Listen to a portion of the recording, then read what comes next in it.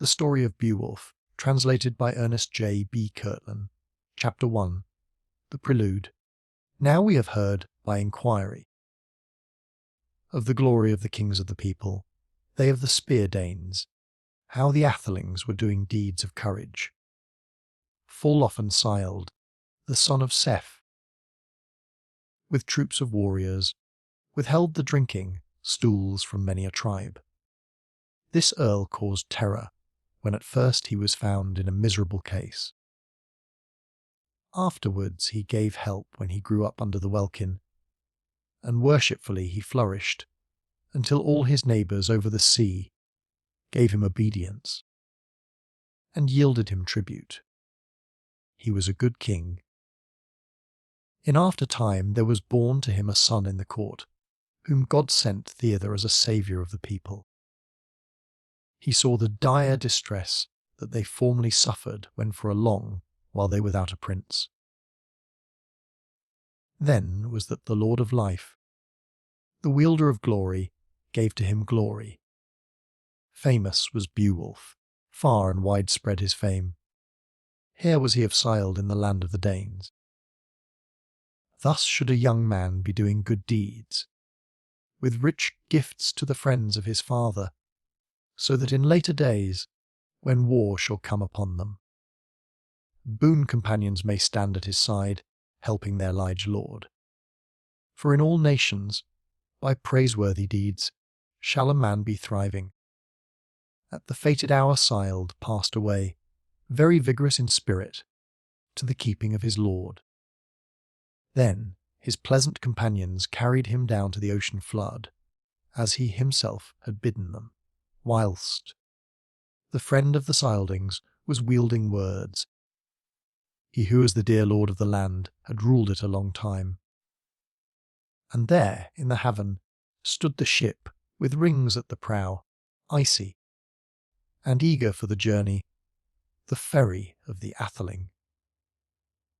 Then they laid down their dear lord the giver of rings, the famous man, on the bosom of the ship, close to the mast, where were heaps of treasures, armour trappings that had been brought from far ways.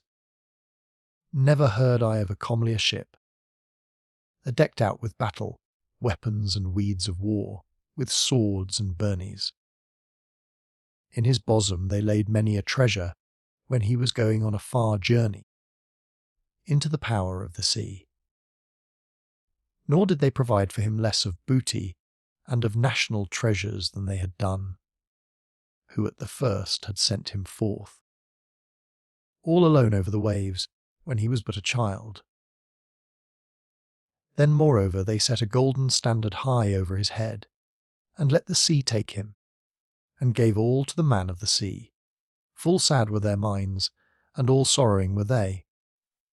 No man can say soothly, no, not any hall ruler, nor hero under heaven who took in that lading.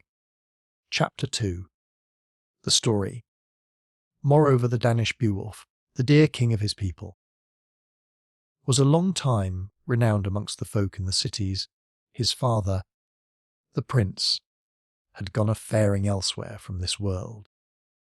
Then was there born to him a son, the high Healfdene, and while he lived he was ruling the happy Danish people, and war fierce and ancient was he. 4 children were born to him, Hrothgar the leader of troops, and Hrothgar, and Halga the good. And I heard say that Queen Elin, wife of Ongentheow, was his daughter, and she became the beloved comrade of the Swede. Then to Hrothgar was granted good speed in warfare, and honour in fighting, so that his loyal subjects eagerly obeyed him, until the youths grew doughty, a very great band of warriors. Then it burned in his mind that he would bid men be building a palace, a greater mead, hall than the children of men ever had heard of, and that he would therein distribute to young and to old, as God gave him power, all the wealth that he had saved the share of the folk and the lives of men. Then I heard far and wide how he gave commandment to many a people, throughout all the world, this work to be doing, and to deck out the folkstead. In due time it happened that soon among men, this greatest of halls was now all ready. And Heart he called it, whose word had great wielding. He broke not his promise, but gave to them rings and treasures at the banquet. The hall towered on high, and the gables were wide between the horns, and awaited the surging of the loathsome flames. Not long time should pass, a hatred was awakened after the battle slaughter between father-in-law and son-in-law. Then it was that the powerful sprite who abode in darkness, scarce could brook for a while that daily he heard loud joy in the hall. There was sound of harping, and the clear song of the bard. He who knew it was telling of beginning of mankind, and he said that the Almighty created the world, and the bright fields surrounded by water. And, exulting, he set the sun and the moon as lamps to shine upon the earth dwellers, and adorned the world with branches and leaves, and life he was giving to every kind of living creature. So noble men lived in joy, and were all blessed till one began to do evil, a devil from hell. And this grim spirit was called Grendel, and he was a march stepper who ruled on the moorlands, the fens, and the stronghold. For a while he kept guard, this unhappy creature, over the land of the race of monsters, since the Creator had prescribed him. On the race of Cain the eternal Lord brought death as vengeance, when he slew Abel. Nor did he find joy in the feud, but God for the crime drove him far thence. Thus it was that evil things came to their birth, giants and elves and monsters of the deep.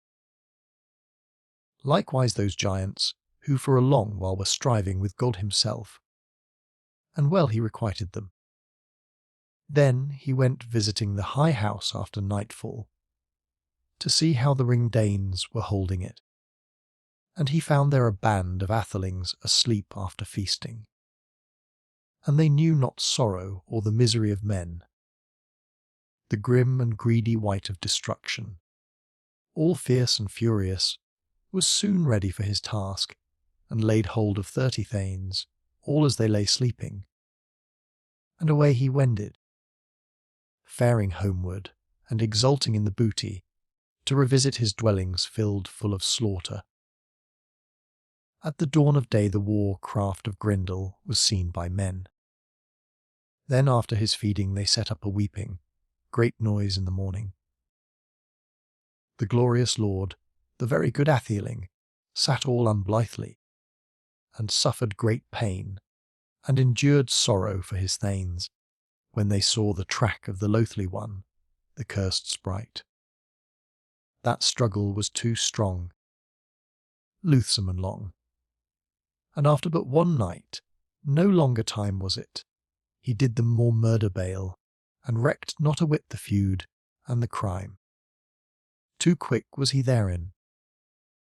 Then he who had sought elsewhere more at large a resting place, a bed after bower, was easily found when he was shown and told most truly, by the token so clear, the hate of the hell thane.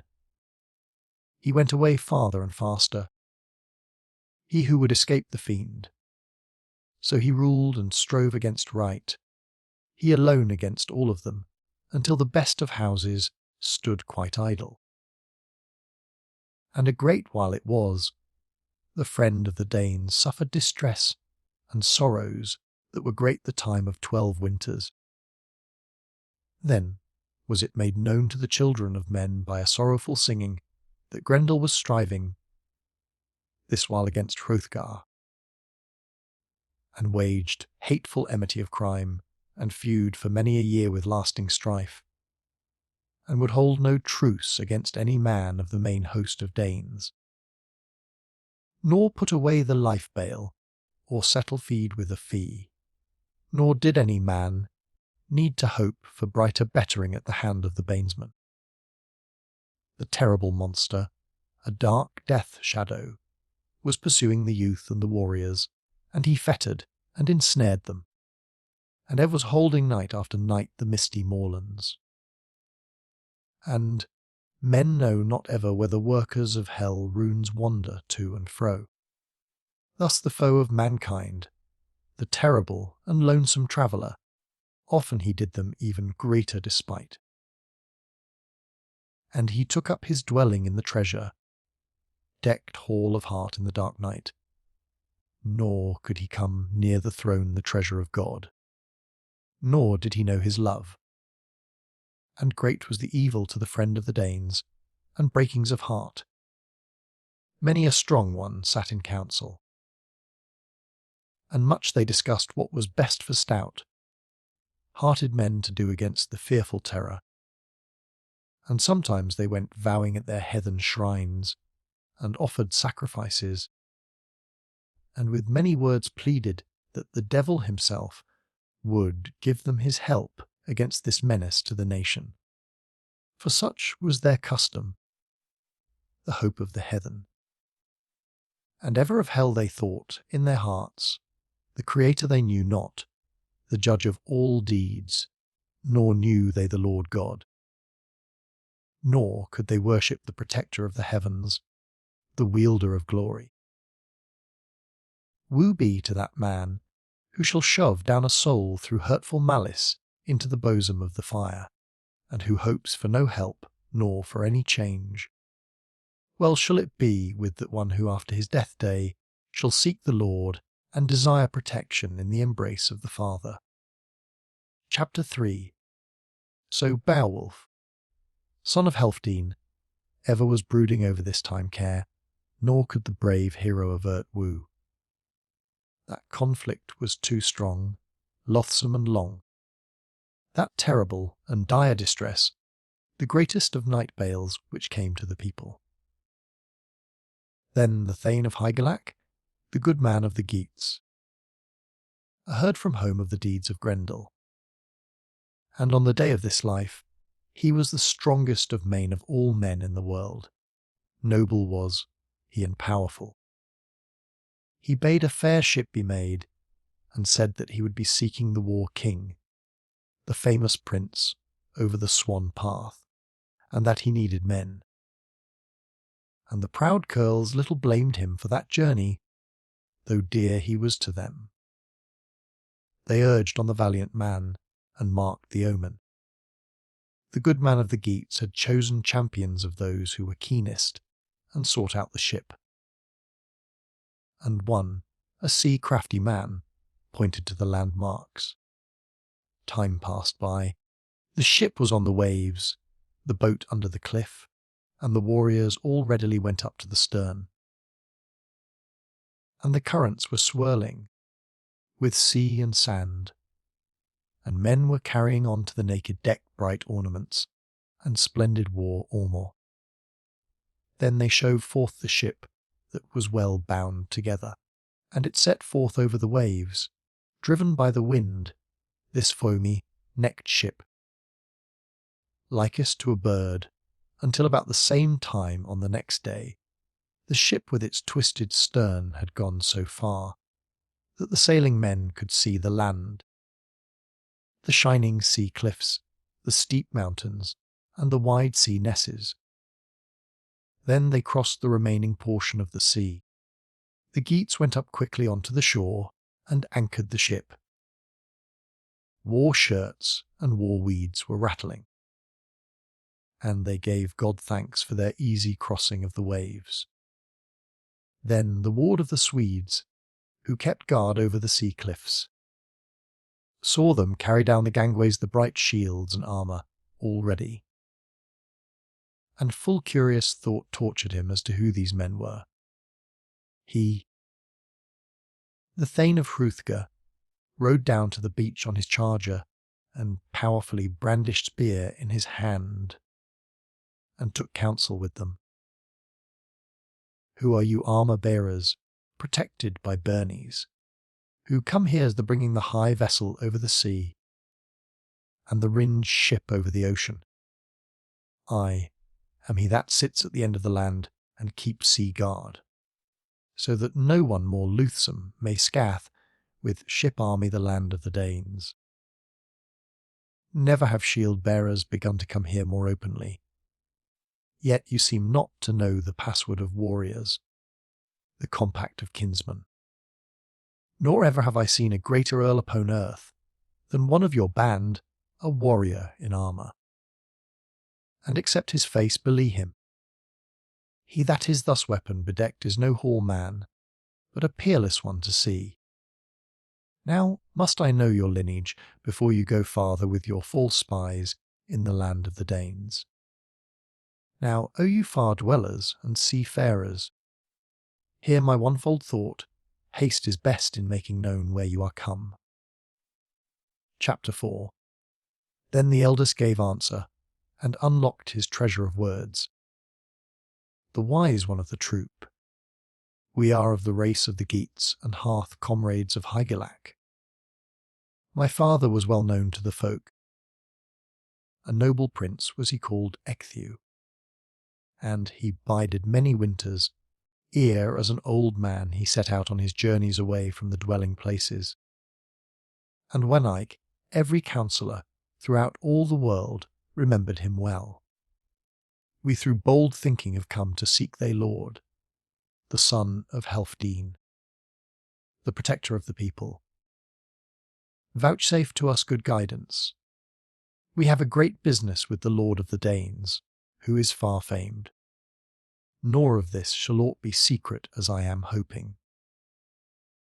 Well, you knowest, if it is true as we heard say, that among the Danes some secret evil door, I know not what scather, by terror doth work unheard of hostility, humiliation, and death. I may give counsel through greatness of mind to Hrothgar as to how he, the wise and good, may overcome the fiend, if ever should cease for him. The baleful business and bettering come after, and his troubles wax cooler. Or for ever he shall suffer time of stress and miserable throes, while the best of all houses shall remain on the high stead. Then the watchman, the fearless warrior, as he sat on his horse, quickly made answer. The shield warrior who is wide awake shall know how to tell the difference between words and works, if he well bethink him. I can see that this band of warriors will be very welcome to the lord of the Danes. Go you forth, therefore, bear weapons and armour, as I will direct you. And I will command my thanes to hold against every foe your ship in honour, new tarred as it is, and dry on the sands, until it shall carry the dearly loved man, that ship with the twisted prow, to the land of the Geats. To each of the well doors shall it be given to escape scot, free out of the battle rush. Then they went forth carrying their weapons, and there the ship rested, fastened by a rope, the wide bosomed vessel secured by its anchor. The boar held life ward, bright and battle-hard and adorned with gold, over the neck guard of the handsome Beowulf. There was snorting of the war, like-minded. Whilst men were hastening, as they marched on together till they caught sight of the splendid place decked out in gold. And it was the most famous of palaces, under the heavens, of the earth-dwellers, where the ruler was biding. Its glory shone over many lands. Then the dear one in battle showed them the bright house, where were the brave ones, that they might straightway make their way towards it. Then one of the warriors turned his horse round, and spake this word, Time it is for me to go. May the Almighty Father hold you in favour, and keep you in safety in all your journeyings. I will go to the sea coast to keep my watch against the fierce troops. Chapter 5. The way was paved with many coloured stones, and by it they knew the path they should take. The coat of mail shone brightly, which was firmly hand-locked. The bright iron ring sang in the armour as they came on their way in their warlike trappings at the first to the great hall. Then the sea, wary men, set down their broad shields, their shields that were wondrous, hard against the wall of the great house, and bowed towards the bench. And burnies were rattling the war weapons of men, and the spears were standing in a row together, the weapons of the sea men and the spear grey above. And the troop of armed men was made glorious with weapons. Then the proud chieftain asked the warriors of their kindred, "From where are you bringing such gold-plated shields, grey sarks and helmets with visors, and such a heap of spears?" "I am the servant and messenger of Hrothgar. Never saw I so many men prouder. I trow it was for pride, and not at all for banishment, but for greatness of mind that Hrothgar you are seeking." Then answered the brave man, the chief of the Geats, and spake these words, hard under helmet. "We are the comrades at table of Hygelac. Beowulf is my name. I will say fully this my errand, to the son of Helfdene the famous chieftain, unto your lord and master, if he will grant us that we may salute him who is so good." Then spake Wulfgar, he was prince of the Wendels. His courage was known to all, his valour and wisdom I will make known to the prince of the Danes, the lord of the Scyldings, the giver of rings, the famous chieftain, as you are pleading, about your journey, and will make known to you quickly the answer, which he the good man thinks fit to give me. Quickly he turned then to where Hrothgar was sitting, old and very grey with his troop of earls. The brave man then went and stood before the shoulders of the lord of the Danes. Well he knew the custom of the doughty ones. Wulfgar then spoke to his lord and friend. "Here are come faring from a far country over the wide sea, a people of the Geats, and the eldest of the warriors called Beowulf, and they are asking that they may exchange words with thee, my lord. O Gladman Hrothgar, do not refuse to be talking with them. For worthy they seem all in their war weeds, in the judgment of earls. At least he is a daring prince, who hither hath led this band of warriors." Chapter 6. Then spake Hrothgar, the protector of the Danes. "Well I knew him when he was a child, and his old father was called Ecgtheow. And to him did Hrethel of the Geats give his only daughter, and his son is bravely come here, and hath sought out a gracious friend." Then said the seafarers, who had brought the goodly gifts of the Geats there for thanks, that he the battle brave had in his hand gripped the main craft of 30 men. And the holy God hath sent him for favour to us West Danes, and of this I have hope against the terror of Grendel. I shall offer the goodman gifts for his daring. Now make you haste, and command the band of warrior kinsmen into the presence. Bid them welcome to the people of the Danes. Then went Wulfgar even to the hall door, and spake these words. My liege lord, the prince of the East Danes, commands me to say that he knows your lineage, and you who are bold of purpose are welcome hither over the sea waves. Now may you go in your war weeds, under your visored helmets to see Hrothgar. Let your swords stay behind here, the wood and the slaughter shafts, and the issue of words. Then the prince rose up, and about him was many a warrior, a glorious band of thanes. And some bided there, and held the battle garments as the brave man commanded. And they hastened together under the roof of Hrothgar, as the man directed them. The stout-hearted man went forward, hard under helmet till he stood by the days. Then Beowulf spake, and the byrnie shone on him, the coat of mail, soon by the cunning of the smith. O Hrothgar, all hail! I am the kinsman and comrade of Hygelac. Many marvels I have set on foot in the days of my youth. The affair of Grendel was made known to me in my native land. Seafarers told how this best of all palaces stood idle and useless to warriors. After evening light came down under the brightness of heaven. Then my people persuaded me, the best and the proudest of all my earls, O my lord Hrothgar, that I should seek thee, for they well knew my main strength. For they themselves saw how I came forth blood-stained from the power of the fiend, when I bound the five, and destroyed the giant's kin, and slew mongst the waves, sea monsters by night, and suffered such dire distress, and wreaked vengeance for the strife of the Geats. For woo, they were suffering, and I destroyed the fierce one. And now, all alone I shall settle the affair of Grendel the deadly monster, the cruel giant. And one boon will I be asking, O Prince of the bright Danes. You Lord of the Scyldings, protector of warriors and friend of the folk, that thou wilt not refuse, since so far I am come, that I and my troop of earls, this crowd of brave men, may alone cleanse out heart.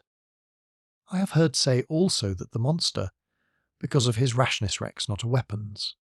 And if Hygelac the blithe minded will be my liege lord, I will forgo to carry to the battle a sword, or broad shield all yellow, but I will engage by my hand, grip with the enemy, and strive for life, for with foe.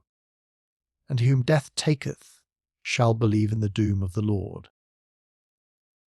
And I doubt not he will fearlessly consume the people of the Geats. If he may prevail in the war, haul as he has often done with the strong men of the Danes. And you shall not need to hide my head, if death take me.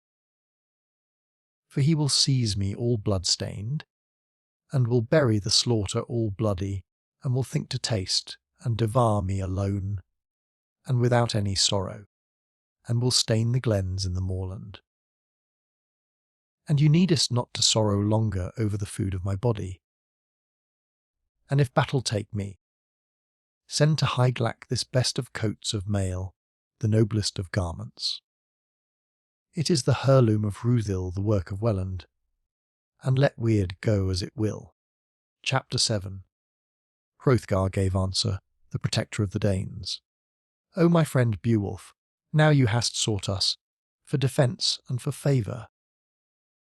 Your father fought in the greatest of feeds. He was banesman to Hetheluf amongst the Wylfings, when for battle terror the king of the Geats could not hold him. Thence he sought the folk of the South Danes over the welter of waves. Then first was I ruling the Danish folk, and in my youthful days possessed the costly jewels, the treasure city of heroes.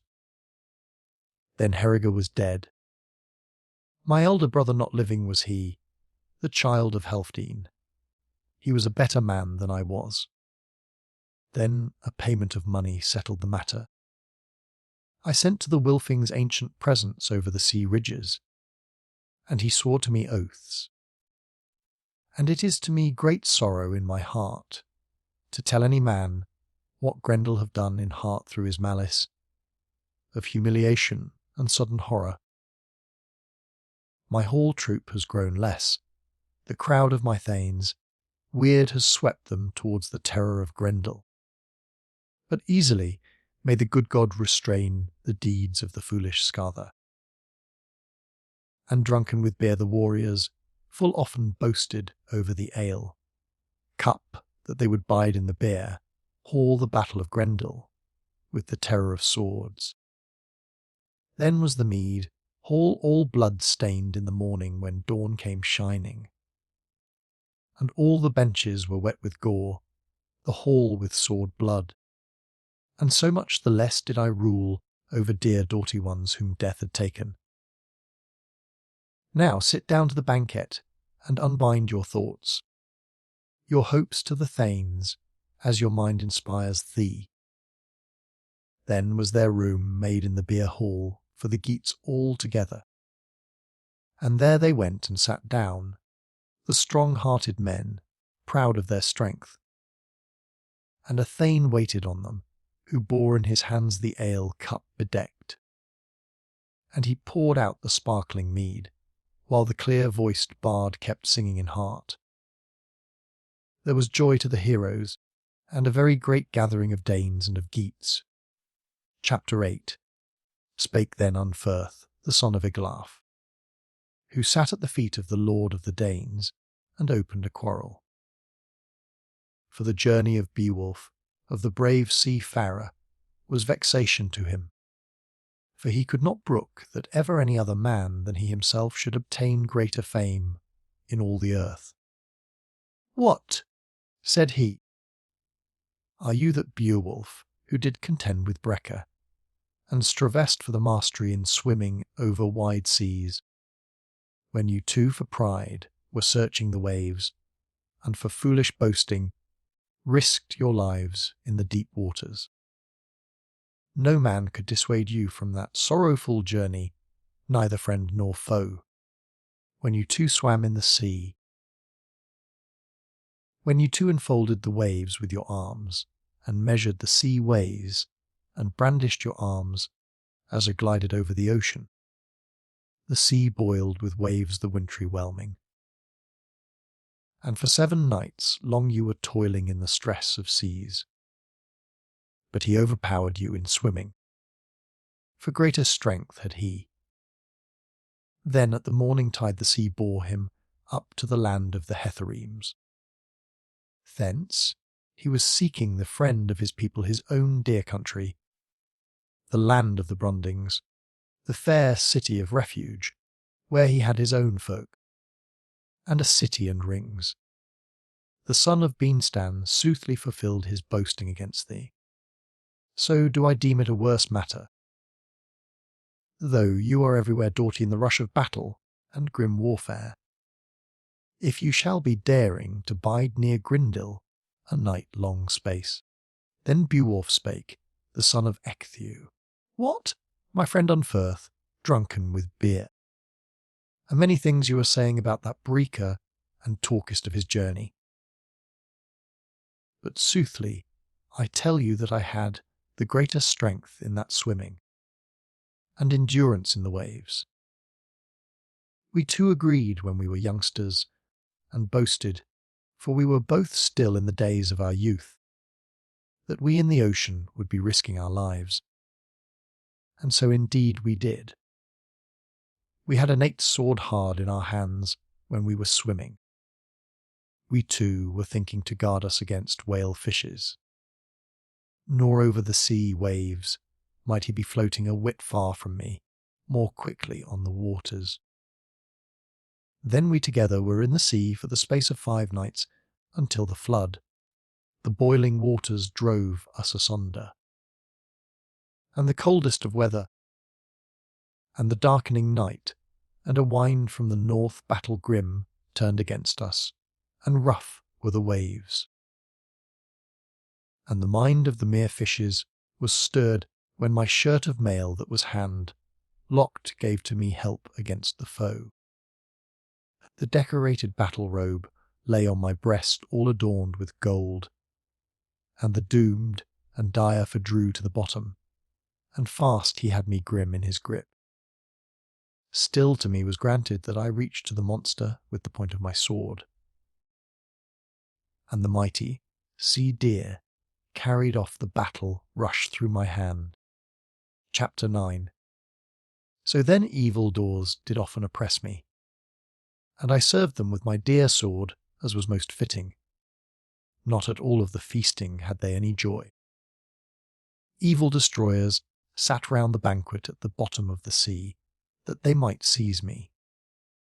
But in the morning, wounded by my sword, They lay up on the foreshore, put to sleep by my weapon, so that they hindered no more the faring of the sea gauze.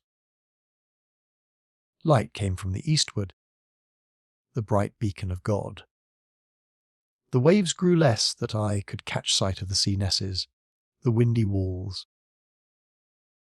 Weird often saveth the earl that is undoomed when his courage is doughty. Nevertheless it happened that I slew with my sword 9 of the sea monsters. Nor have I heard under vault of heaven of a harder night's struggle, nor of a more wretched man on the sea streams.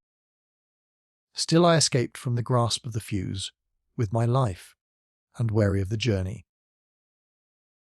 When the sea bore me up, on the flood tide, on the welling of waves, to the land of the Finns, nor have I heard concerning you of any such striving or terror of swords. Breca never yet, nor either of you two, did such a deed with shining sword in any battle gaming. Not that I will boast of this too much, yet wast you the slayer of your brother, they chief kinsman. And for this in hell shall you suffer a curse, though your wit be doughty. And soothly I tell thee, O son of Iglaf, that Grendel, that hateful monster, never had done such terrors to thy life and humiliation in heart if your mind and your soul were as battle fierce as you. Thyself dost say.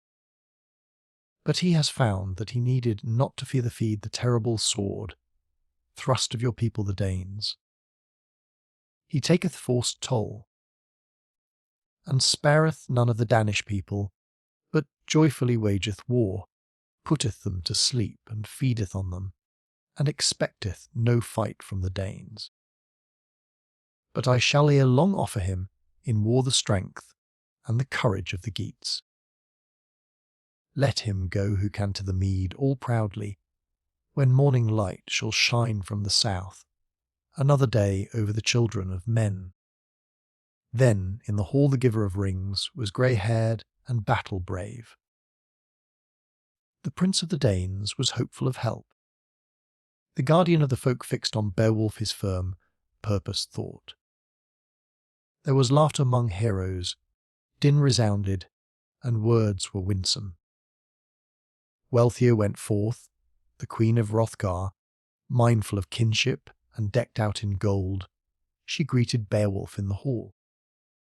And then the lovely wife first proffered the goblet to the lord of the East Danes, and bade him be blithe at the beer drinking, he who was dear to all his people. And gladly he took the banquet and hall cup, he the victorious king. The lady of the Helmings went round about every one of the youthful warriors, and proffered the costly cup, until the time came that the ring-adorned queen, most excellent in spirit, bore the mead cup then to Beowulf. She, the wise in words, greeted the Geats and gave thanks to God that she had her desire, that she might trust in any earl for help against such crimes. He gladly received it, he the battle-fierce warrior, from the hand of Wealhtheow, and then began singing, inspired by a warlike spirit. Beowulf spake, the son of Ecgtheow. I had intended at once to work out the will of this your people when I set forth over the sea, and sat in my sea boat with the troop of my people, or that I would fall in the slaughter fast in the fiend's grip. I shall yet acquit myself as befitteth an earl, or in the mead hall await my last day. And while the lady liked the words, the boasting of the Geat, and that lovely queen went all decked out in gold to sit by her lord. Then mighty words were spoken in the hall as before, by the people in joyance and the noise of the victors, until the son of Helfdene straightway would be seeking his evening rest. And he knew that a battle was doomed in the high hall to the monster, when no longer they could see the light of the sun, or darkening night came stalking over all the shapes of shadows, The troop of warriors rose up. The lord greeted the other. Hrothgar greeted Beowulf, and wished him good health, and the warding of that wine hall, and he spake the word. Since the time that I could lift my hand or my shield, never have I given the mighty hall of the Danes into the care of any, except now to thee. Have now and hold you this best of houses. Be you mindful of honour, and show thee self courageous, and wakeful against feuds. Nor shall you lack joy if you escapest from that brave work with life. Chapter 10. Then Hrothgar departed with his troop of heroes, he the prince of the Scyldings. Out of hall went he, for the battle chieftain would be seeking out Wealhtheow his queen, that they might go to rest. The glory of kings had appointed a hall ward, as men say, against Grendel. A thane was in waiting on the prince of the Danes, and his watch was keeping against the giant. The lord of the Geats readily trusted the proud strength, the favour of God. Then doffed he the iron coat of mail, and his helmet from his head, and gave his sword bedecked, the choicest of weapons, to a thane that was serving, and bade him to hold ready his armour.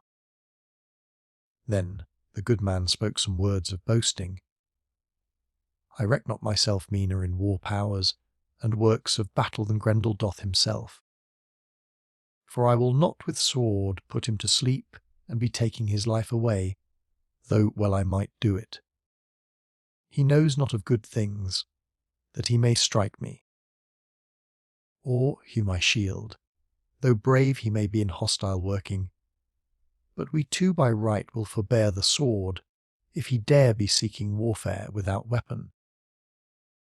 And then God all-knowing, the Holy Lord, shall adjudge the glory on whichever side he may think meet. Then the bold in fight got him to rest, and the pillow received the head of the earl, and many a keen sea warrior lay down on his bed in the hall about him. None of them thought that he thence would ever seek another dear home, folk or free city where he was a child, for they had heard that fell death had taken, ere this too many, in that wine hall of the people of the Danes. But the Lord gave weavings of war speed to the people of the Geats, both comfort and help, so that they all overcame their enemies through the craft of one man, and by his might only. And truly it is said that God Almighty doth wield for ever the race of men. Then came in the one night the shadow Gore gliding. Warriors were sleeping when they should have been keeping guard over that palace, all save one only. It was well known to men that their constant foe could not draw them into shadowy places when the Creator was unwilling. But he, ever wakeful, in angry mood, and fiercely indignant against the foe, was waiting the issue. Chapter 11. Then came Grendel, a-stalking from the moors among the misty hill slopes, and he bore God's anger, and the wicked scather of humankind fully intended to ensnare a certain one in the high hall. So he wended his way under the welkin to where he knew that the best of wine halls, the gold hall of man, was adorned with gold plating. Nor was that the first time that he sought out the home of Hrothgar, nor ever in former or later days did he find a harder welcome from hall thanes. Then the creature bereft of all joy came to the great hall, and the door, strongly bound with fire bands, soon sprang open at his touch. And the evil-minded one in his fury burst open the door of the palace. And soon after this the enemy, angry in mind, was treading over the doomed floor. And a fearsome light streamed forth from his eyes likest to a flame. And he could see many a warrior in that palace, a troop of peace lovers asleep together, a company of kinsmen, and he laughed aloud. Then the terrible monster fully tended to cut off from life every one of them there, when he was expecting abundance of meat. But that fate was not yet, that he should lay hold of any more of humankind after that night. Then did Beowulf, kinsman of Hygelac, see the dire distress, how the wicked Skatha would fare with sudden grip. Nor did the monster think to delay, but at the first he quickly laid hold of a sleeping warrior, and tore him to pieces all unawares, and bit at the flesh and drank the streaming blood, and devoured huge pieces of flesh. And soon he had eaten up both feet and hands of the man he had killed. Then he stepped up to the great, hearted warrior where he lay on bed, and took him in his hands. He reached out his hand against the enemy, and quickly received him with hostile intent, and sat upon his arm. The keeper of crimes soon was finding that he never had met in all the quarters of the earth amongst other men a greater hand grip. And in mind and heart he was fearful, and eager to be gone, and to flee away into darkness to seek the troop of devils. But that was not his fate, as it had been in days of yore. Then the good kinsman of Hygelac remembered the evening talk, and stood upright and laid hold upon him. His fingers burst. The giant was going forth, but the earl stepped after. The famous one intended to escape more widely, howsoever he might, and to flee on his way thence to the sloping hollows of the fens. That journey was sorrowful, which the harmful Skatha took to heart. The lordly hall resounded, and great terror there was to all the Danes, the castle dwellers to each of the brave.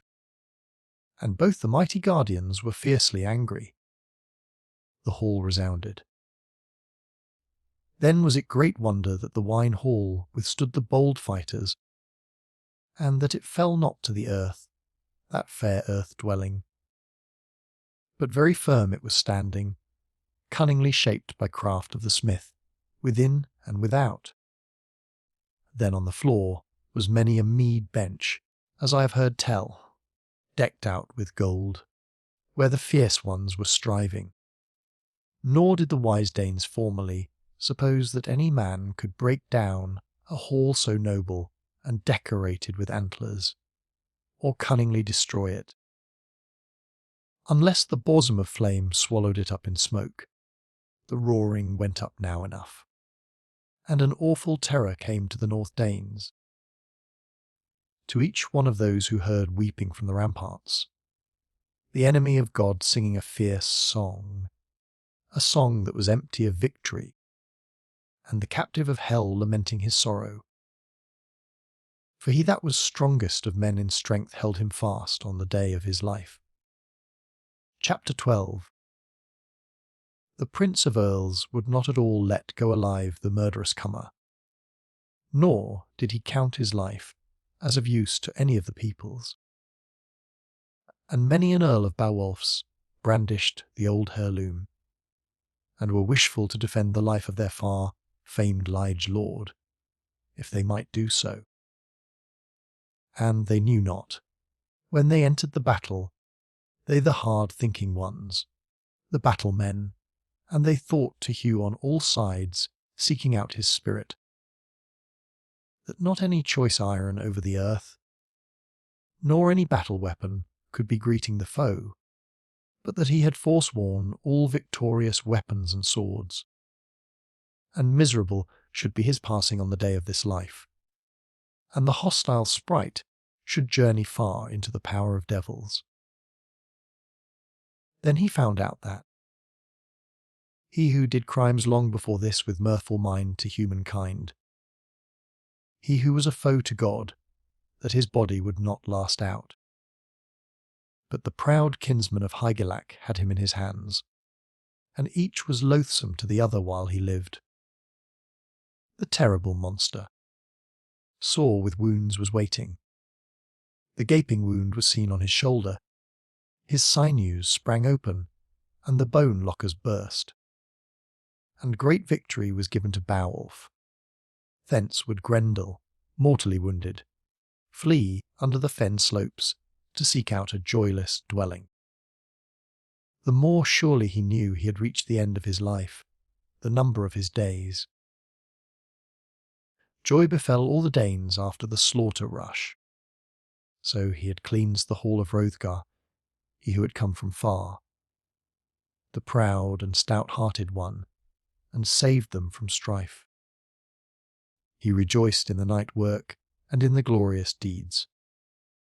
His boast he had fulfilled, this leader of the Geats, which he made to the East Danes, and likewise made good all the distresses and the sorrows which they suffered of yore from the foe, and which through dire need they had to endure, of distresses not a few. And when the battle-brave man laid down the hand, the arm and shoulder under the wide roof, that was the manifest token. Chapter 13. Then in the morning, as I have heard say, was many a battle warrior round about the gift hall. There came the folk leaders from far and from near along the wide ways to look at the marvel. Nor did his passing seem a thing to grieve over to any of the warriors of those who were scanning the track of the glory less white. How wary in mind he had dragged along his life's steps, on the way thence doomed and put to flight, and overcome in the fight at the lake of the sea monsters. There was the sea boiling with blood, the awful surge of waves, all mingled with hot gore. The death doomed one dyed the lake, when void of joys he laid down his life in the fen for refuge, and hell received him. Thence, after departed the old companions, likewise many a young one from the joyous journeys, proud from the lake to ride on mares, the youths on their horses, and there was the glory of Beowulf proclaimed. And many a one was saying that no man was a better man, no, none in the whole wide world under arch of the sky, of all the shield-bearers, neither south nor north, by the two seas. Nor a whit did they blame in the least their friend and lord, the glad Hrothgar, for he was a good king. Meanwhile the famed in battle let the fallow mares leap, and go faring forth to the contest. Wherever the earth-ways seemed fair unto them, and well known for their choiceness. And the thane of the king, he who was laden with many a vaunt, and was mindful of songs, and remembered a host of very many old sagas, he found other words, but bound by the truth. And a man began wisely to sing the journey of Beowulf, and to tell skilful tales with speeding that was good, and to interchange words.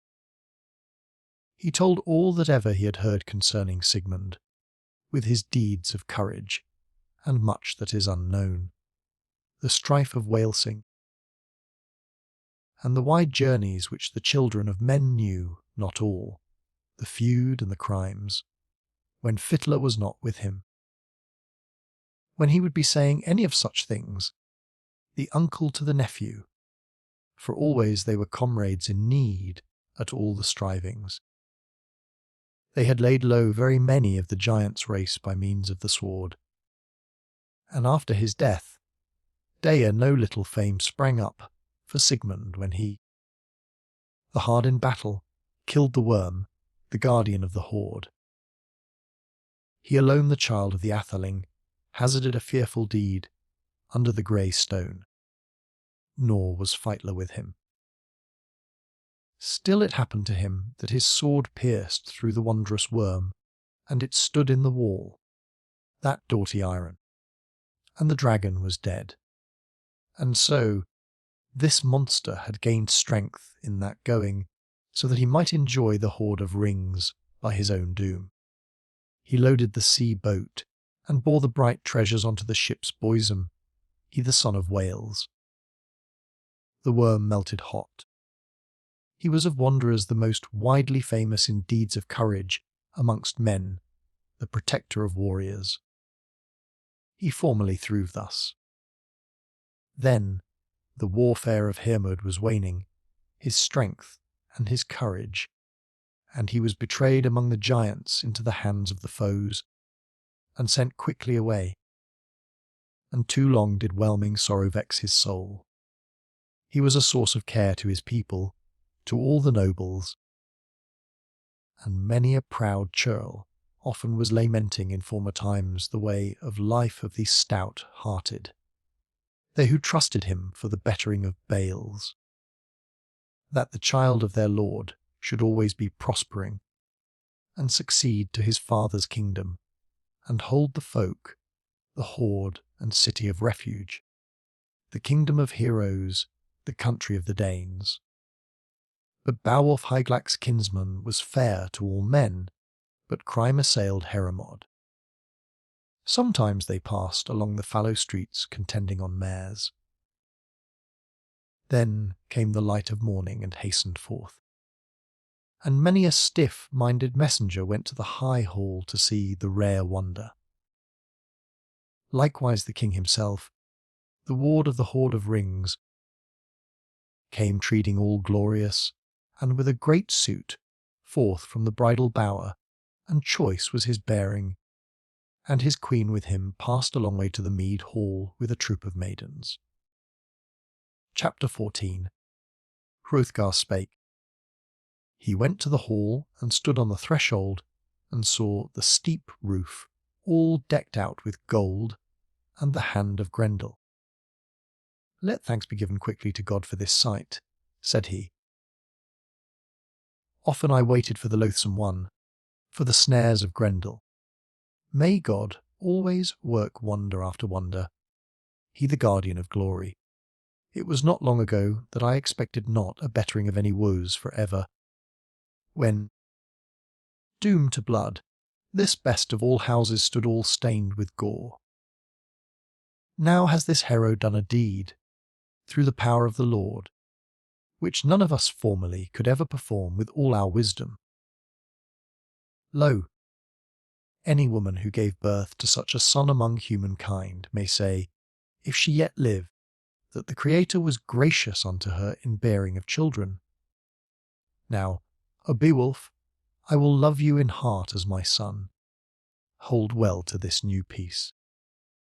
Nor shall there be any lack of joys to you in the world, over which I have power. Full oft I for less have meted out rewards, and worshipful gifts to a meaner warrior, one weaker in strife. Throw hast framed for the self-mighty deeds, so that your doom liveth always and for ever. May the All-Wielder ever yield you good as he now doth. Beowulf spake, the son of Ecgtheow. We framed to fight that brave work with much favour, and hazarded a deed of daring and the might of the unknown. I quickly gave you to see the monster himself, the enemy, in his fretted armour, ready to fall. I thought to twist him quickly, with hard grip, on a bed of slaughter, so that he should lie in the throes of death, because of my hand grip, unless he should escape with his body. But I could not cut off his going when the Creator willed it not. I cleft him not readily, that deadly find. He was too strong on his feet. Nevertheless he left behind his hand as a life protection to show the track, his arm and his shoulders.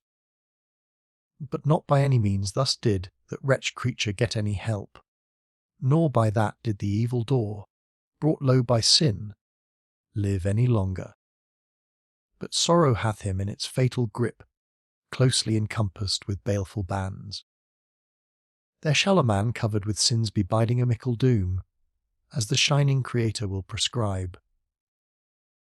Then was the man silent, the son of Ecglaf. In his boasting speech about deeds of battle, when the athelings looked at the hand high up on the roof, by the craft of the earl, and the fingers of the few, there before each one. And each of the places of the nails was likest to steel, the claw of the heathen, the uncanny claw of the battle warrior. Everyone was saying that no very good iron, of any of the brave ones, would touch him at all. That would bear away thence the bloody battle hand of the monster. Chapter 15. Then was it bidden that heart should be decked by their hands on the inside. And many there were of the men and wives who adorned that wine hall the guest chamber. And the tapestries shone along the walls, brocaded with gold. Many a wonderful sight for every man who stareth upon them. And that bright dwelling was greatly marred, though within it was fast bound with iron, yet the door hinges had sprung apart. The roof alone escaped all safe and sound when the monster turned to flight, despairing of life and doomed for his crimes. Nor will it be easy to escape from that fate, whosoever may try to, but he shall get by strife the ready place of the children of men of the soul-bearers, who dwell upon earth, by a fate that cannot be escaped, where his body shall sleep after the banquet fast in the tomb. Then was the time for Healfdene's son to go into the hall, when the king himself would partake of the banquet. Nor have I ever heard tell that any people in greater numbers bore themselves better about their treasure giver. And the wealthy ones sat down on the bench and rejoiced in their feeding.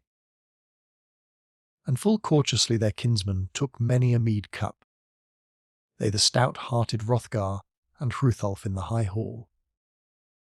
And within was heart filled with friends. And by no means were the Danes the while framing treacheries. Then the son of Healfdene gave to Beowulf the golden banner, the decorated staff banner, as a reward for his conquest, and the helm, and the byrnie. And many a one saw the youth bear in front the bejewelled sword. Beowulf took the cup in the hall, nor did he need to be ashamed of the fee, gift in the presence of warriors. Nor have I heard tell of many men giving to others on Enail bench 4 gifts gold decked in friendlier fashion. The outside rim wound with wires gave protection to the head on the outer side around the crown of the helmet, so that many an heirloom could not hurt fiercely the helmet that was hardened by being plunged in cold water when the shield warrior should attack the angry one. The protector of earls commanded 8 horses to be brought under the barriers with bridles gold-plated, and a varicolored saddle was fixed upon one of them, decked out with treasures. And this was the battle seat of the High King, when the son of Healfdene would be doing the sword play. Never in the van did it fail the warrior so widely kenned when the helmets were falling. Then the prince of the Danes gave to Beowulf the wielding of them both, of horses and weapons, and bade him well enjoy them. And thus in manly fashion the famous chieftain, the treasure guardian of heroes, rewarded the battle onslaught with horses and treasures, so as no man can blame them, whoever will be saying rightly the truth. Chapter 16. Then the Lord of Earls, as he sat on the mead bench, gave glorious gifts to each one of those who had fared with Beowulf over the ocean ways, and heirlooms they were, and he bade them atone for that one with gold, whom formerly Grendel had wickedly killed, as he would have done more of them, unless Almighty God and the spirit of Beowulf had withstood weird. The Creator ruleth all of humankind, as still he is doing, and good understanding is always the best thing, and forethought of mind. And he long enjoys here the world in these strife days, shall be biding both pleasant and loathsome fate. Then was there clamour, and singing together in the presence of the battle prince of Helfdene, and the harp was sounded, and a song often sung, when Hrothgar's scop would tell forth the hall mirth as he sat on the mead bench. When fear was befalling the hares of Finn, the hero of the half-Danes, and Hunef of the Danes must fall in the slaughter of the Frisian people. Not in the least did Hildebert need to be praising the troth of the Jutes, for sinlessly was she deprived of her dear ones, in the play of swords of children and brothers. By fate they fell, wounded by arrows, and she was a sad woman. Nor without reason did the daughter of Hoc mourn their doom. When morning light came, and she could see under the sky the murder of her kinsman, where she before in the world had the greatest of joy. For warfare took away all the thanes of Finn except a mere remnant, so that he could not in the place where they met fight any warfare at all with Hengest, nor seize from the prince's thane the warful leavings by fighting. But they offered him terms, so that they all made other room for them on the floor, daffodils, and gave them halls and a high seat, that they might have half the power with the children of the Jutes. And the son of Folkwalder honoured the Danes every day with fee givings, and bestowed rings on the troop of Hengest, yea, even great treasures plated with gold, so that he would be making the kin of the Frisians bold in the beer hall. Then they swore on both sides a treaty of peace. Finn swore with Hengist, and all without strife, that he held in honour the woeful remnant, by the doom of the wise men, and that no man there by word or work should break the treaty, or ever annul it through treacherous cunning. Though they followed the slayers of their ring-giver, all bereft of their lord, as was needful for them. But if any one of the Frisians, by daring speech, should bring to mind the murderous hate between them, then should the edge of the sword avenge it. Then sworn was that oath, and massive gold was lifted up from the hoard. Then was Knife, the best of the warriors of the bold Danes, ready on the funeral pyre. And the blood-stained shirt of mail was easily seen, the golden boar in the midst of the flame, the iron-hard boar, and many an atheling destroyed by wounds. Some fell on the field of death. Then Hildebert commanded her very own son to be thrust in the flames of the pyre of Hunef, his body to be burned and be put in the fire. And great was the mourning of the mother for her son, and dirge like lamenting as the warrior ascended. And the greatest of slaughter, fires wound its way upwards towards the welkin, and roared before the cavern. Heads were melting, wounds burst asunder.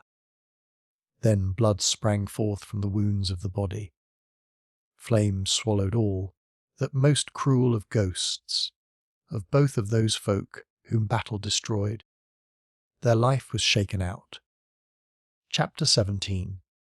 Then the warriors went forth to visit the dwellings which were bereft of friends, and to look upon the land of the Frisians, the homesteads and the high town. And Hengist was still dwelling with Finn. That slaughter stained winter, all bravely without strife. And he thought on the homeland, though he could not be sailing his ringed ship over the waters. The sea boiled with storm and waged war with the wind. And winter locked up the ice-bound waves till yet another year came in the court, as still it doth, which ever guards the seasons and the glory bright weather. Then winter was scattered, and fair was the bosom of the earth. And the wanderer strove to go, the guest from the court. and much more he thought of vengeance for the feud than of the sea voyage. As to how he could bring about an angry encounter, for he bore in mind the children of the Jutes. And so he escaped not the lot of mortals, when Hunlefing did on his arm the best of swords, the flashing light of the battle, whose edge was well known to the Jutes. And dire sword bale after befell the fierce-minded Finn, even in his very own home.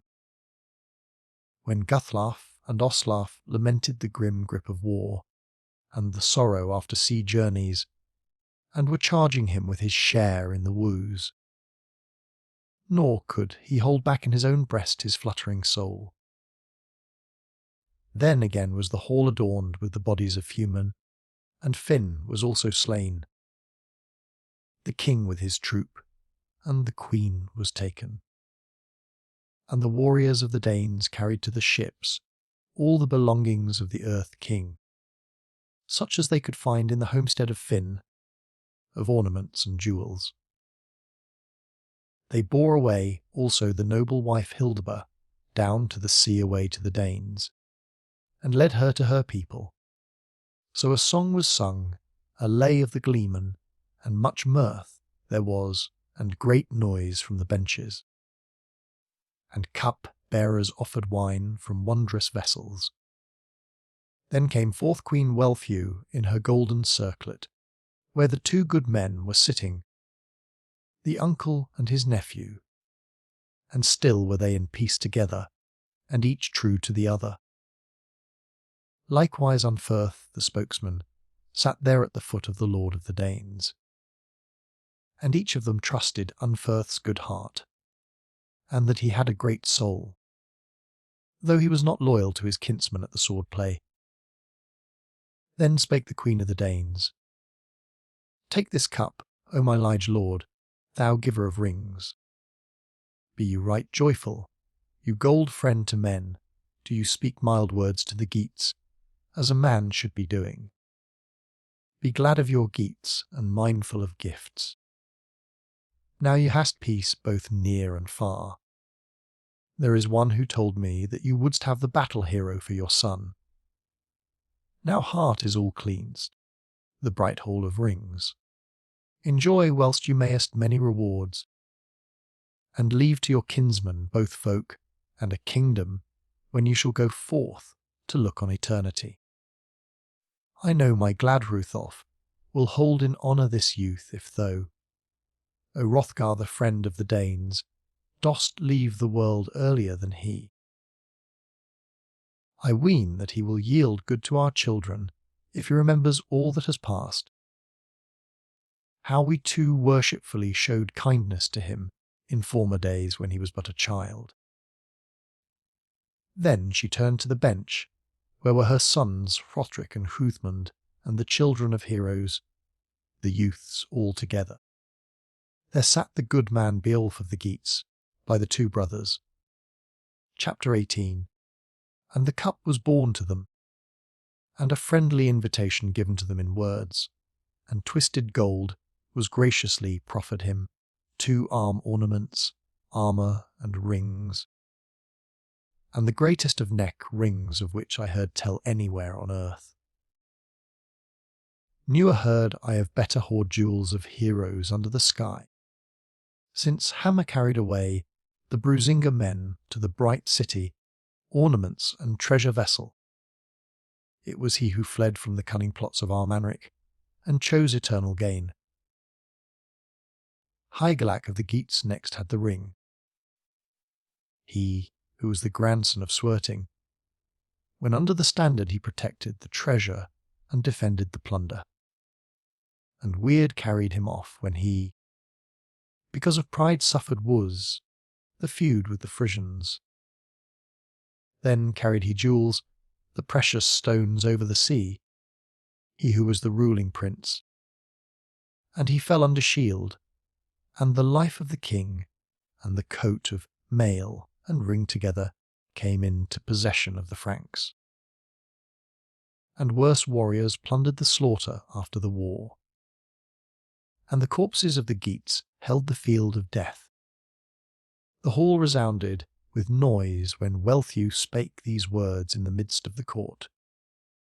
"Enjoy this ring, dearest Beowulf, and use this coat of mail. These national treasures and good luck befall thee. Declare thyself a good craftsman, and be to these boys gentle in teaching.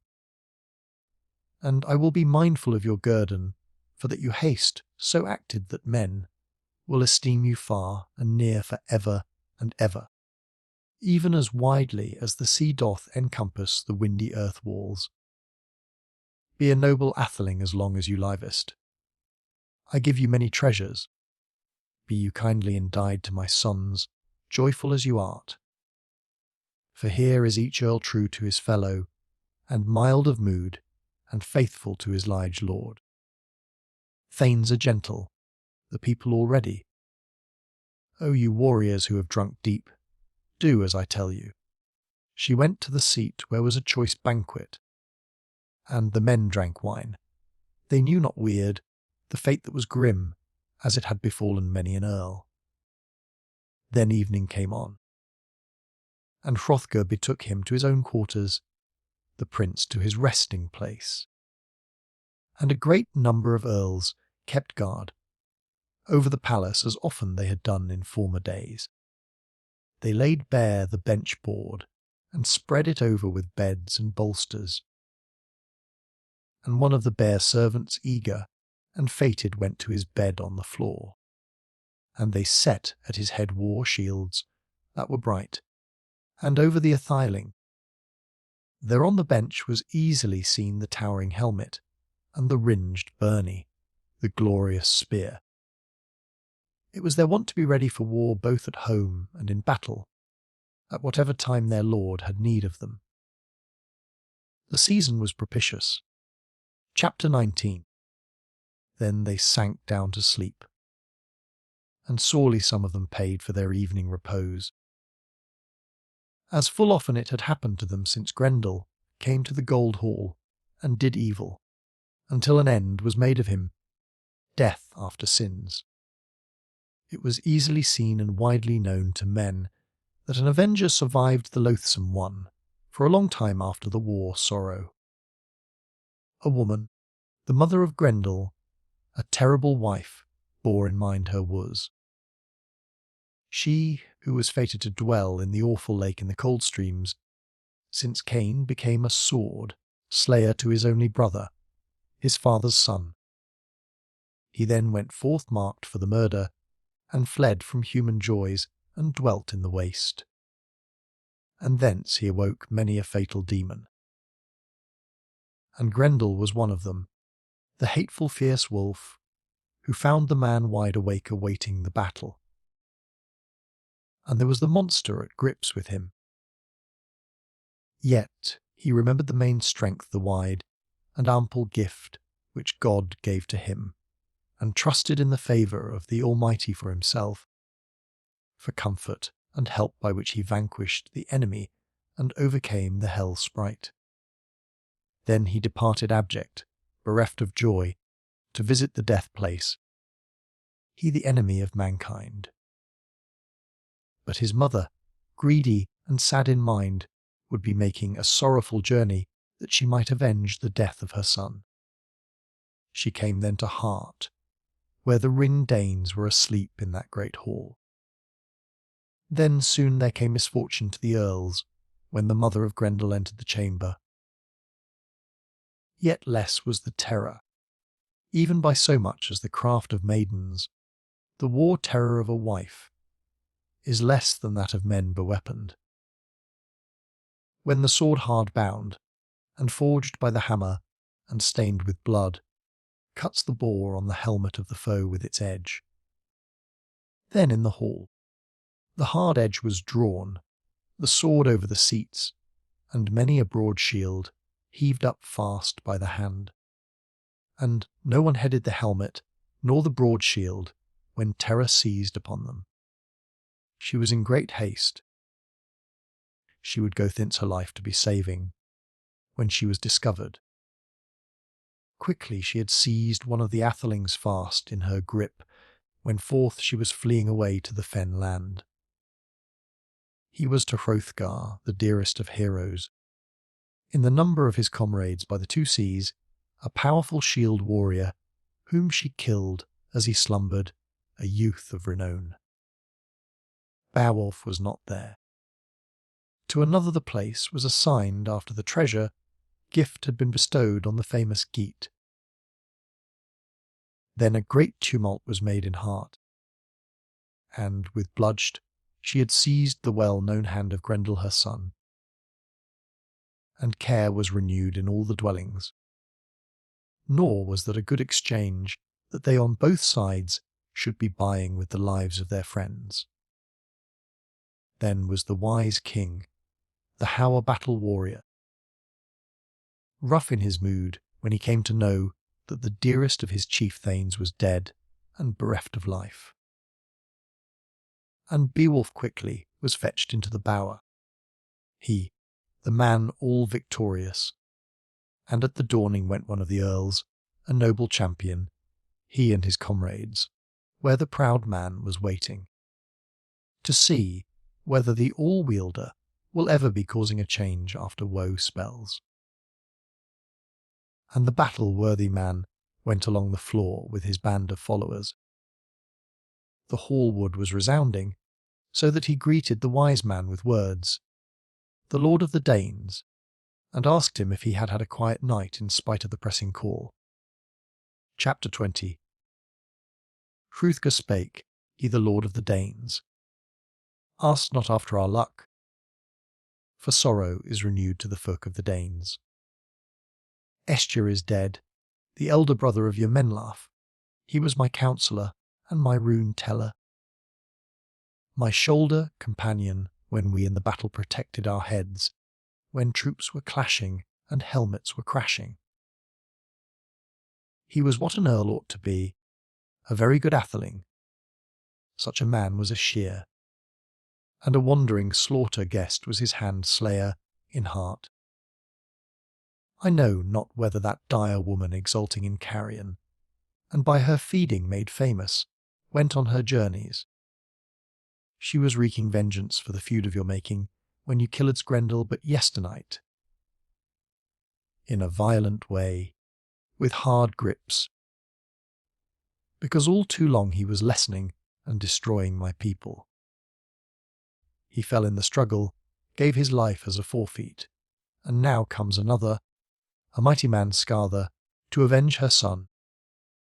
And the feed hath renewed, as may seem a heavy heart, woe to many a thone who weeps in his mind over the treasure giver. Now leath lo the hand which availed you well, for every kind of pleasure. I heard land dwellers, and hall counsellors, and my people, say that they saw two such monstrous march steppers, alien sprites, holding the moorland. And one of them was in the likeness of a woman, as far as they could tell, the other, shapen wretchedly, trod the path of exiles in the form of a man, except that he was greater than any other man, he whom in former days the earth dwellers called by name Grendel. They knew not his father, whether any secret sprite was formerly born of him. They kept guard over the hidden land, and the wolf slopes, the windy nesses, the terrible fen path, where the mountain streams rush down under mists of the nesses, the floods under the earth. And it is not farther hence than the space of a mile, where standeth the lake, over which are hanging the frosted trees, there wood fast by the roots, and shadowing the water. And there every night one may see dread wonders, fire on the flood. And there lived not a wise man of the children of men, who knoweth well the ground. Nevertheless the heath stepper, the strong horned hart, when pressed by the hounds, seeketh at woodland, when put to flight from afar, ear on the hillside, hiding his head he gives up his life. Nor is that a canny place. For thence the surge of waters, rise up one to the welkin when stirred by the winds, the loathsome weather, until the heaven darkens and skies weep. Now is good counsel depending on you alone. You knowest not the land, the terrible places where thou couldst find the sinful man. Seek it if you darest. I will reward you for the feud, with old world treasures so I did before, with twisted gold, if you come thence, on your way. Chapter 21. Beowulf spake, the son of Ecgtheow. Sorrow not, O wise man. It is better for each one to avenge his friend, when he is much mourning.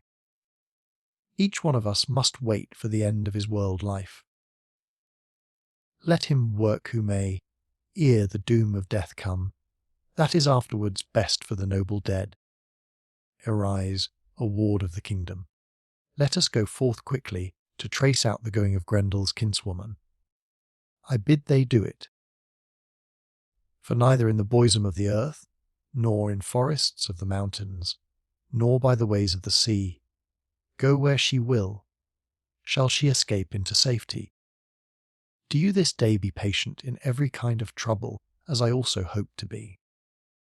The old man leaped up, and gave thanks to God, the mighty Lord, for the words of Beowulf. Then was bridled a horse for Hrothgar, a steed with twisted hair, and as a wise prince he went forth in splendid array. The troop of shield warriors marched along, and the traces were widely seen in the forest ways, the goings of Grendel's mother over the ground. Forward she had gone over the murky moorlands, and had borne in her grasp, bereft of his soul, the best of the thanes who were wont to keep watch over Hrothgar's homestead. Then Beowulf, the atheling's child, stepped over the steep and stony slopes, and the narrow pathways, and the straightened single tracks, an unknown way, by the steep nesses, and by many a sea monster's cavern. And one of the wise men went on before to seek out the path, until all at once he found some mountain trees, overhanging the grey stones, a forest all joyless. And underneath was a water all blood-stained and troubled. And a grievous thing it was for all the Danes to endure, for the friends of the Scyldings, and for many a thane, and distressful to all the earls. When they came upon the head of Aesir on the cliffs above the sea, the flood boiled with blood and with hot gore, the folk looked upon it, and at times the horn sounded a battle, song ready prepared. All the troop sat down, and many kinds of serpents they saw in the water, and wonderful dragons searching the sea, and on the cliff slopes monsters of the ocean were lying at full length, who at the morning tide often make a woeful journey on the sail path, and snakes, and wild beasts they could see also. And these living things fell down on the path, all bitter and angry, when they perceived the noise, and the blast of the war horn. And the prince of the Geats killed one of them with his bow and arrows, and ended his wave strife, and he was in the sea, slower at swimming as death swept him away, and on the waves by fierce battle hard pressed, and with boar spears savagely barbed. The wondrous sea monster was assailed in the struggle and drawn up on the headland, and men were looking at the awful stranger. And Beowulf put on him his armour, that was fitting for an earl, and by no means did he lament over his life, for the hand-woven coat of mail, which was ample and of many colours, was destined to explore the deeps, and knew well how to defend his body, so that neither battle grip nor the hostile grasp of the treacherous one might scathe breast or life, and the white helmet thereof warded his head,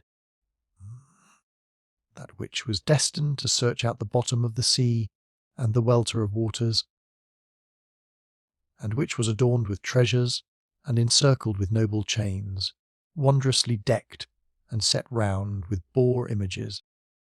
As in days of yore a weapon, Smith had made it for him, so that no brand nor battle sword could bite him.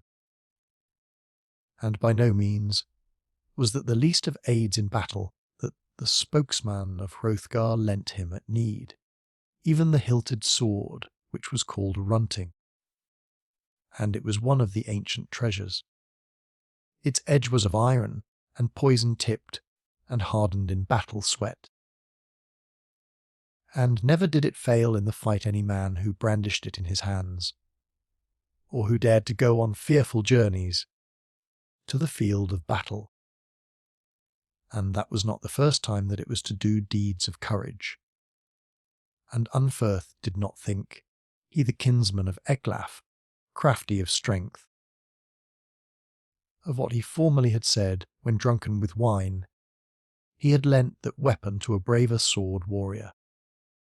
He himself does not risk his life in the stress of the waters and do a glorious deed. And thereby he lost his doom of famous deeds. But thus was it not with that other, for he had got himself ready for the battle. Chapter 22. Beowulf spake, the son of Ecgtheow. O kinsman of Helfdene, a Thurfar famed and proud prince, you gold friend of men, now that eager I am for this forth faring, bethink you now of what we two were speaking together, that if I should lose my life through helping thee in your need, you wouldst be always to me, in the place of a father after my death. Be you a guardian to my kinsmen, my thanes, and my hand-comrades, if battle should take me. And dear Hrothgar, send thou the gifts which you did give me to Hygelac. And the lord of the Geats, the son of Hrethel, when he looks on the treasure and perceives the gold, will see that I found a giver of rings, one good and open-handed, and that while I could, I enjoyed the treasures. And do you let on Firth, the man who is far famed, have the old heirloom, the curiously wrought sword with its wave-like device, with its hard edge. I work out my fate with runting, or death shall seize me. After these words the lord of the Weeder, Geats courageously hastened, and by no means would he wait for an answer. The whelming sea received the battle hero, and it was a daze while before he could see the bottom of the sea. And very soon the fierce and eager one, who had ruled the expanse of the floods for 100 years, she, the grim and greedy. I saw that a man was searching out from above the dwelling of strange monsters. Then she made a grab at him, and closed on the warrior with dire embrace. But not at first did she scathe his body, safe and sound. The ring surrounded it on the outside, so that she could not pierce the coat of mail, or the interlaced war, shirt with loathsome finger. Then the sea-wolf, when she came to the bottom of the sea, bore the ring-prince towards her house, so that he might not, though he was so strong in soul, wield any weapon. And many a wonder oppressed him in the depths. Many a sea beast broke his war, shirt with his battle tusks, and monsters pursued him. Then the earl saw that he was in he knew not what hall of strife, where no water scathed him a whit, nor could the sudden grip of the flood touch him because of the roof hall. He saw, too, a firelight, a bright pale flame shining. Then the good man caught sight of the she-wolf, that monstrous wife, down in the depths of the sea. And he made a mighty rush with his sword. Nor did his hand fail to swing it, so that the ringed mail on her head sang a greedy death song. Then Beowulf the stranger discovered that the battle blade would not bite or scathe her life, but the edge failed the lord in his need. It had suffered many hand blows, and the helmet, the battle dress of the doomed one. It had often cut in two. That was the first time that his dear sword treasure failed him. Then he became resolute, and not by any means did he fail in courage, that kinsman of Hygelac, mindful of glory. And this angry warrior threw away the stout sword, bound round with jewels with its wavy decorations, and with its edge of steel, so that it lay prone on the ground, and henceforth he trusted in his strength, and the hand grasp of might. So should a man be doing when he thinketh to be gaining long-lasting praise in fighting, and careth not for his life. Then the lord of the Geats seized by the shoulder the mother of Grendel, nor at all did he mourn over that feud, and he, the hard in battle, threw down his deadly foe when he was angry, so that she lay prone on the floor. But she very quickly, with grimmest of grips, requited him a hand reward, and made a clutch at him. And the wary in soul, that strongest of fighters, he the foot warrior stumbled and fell.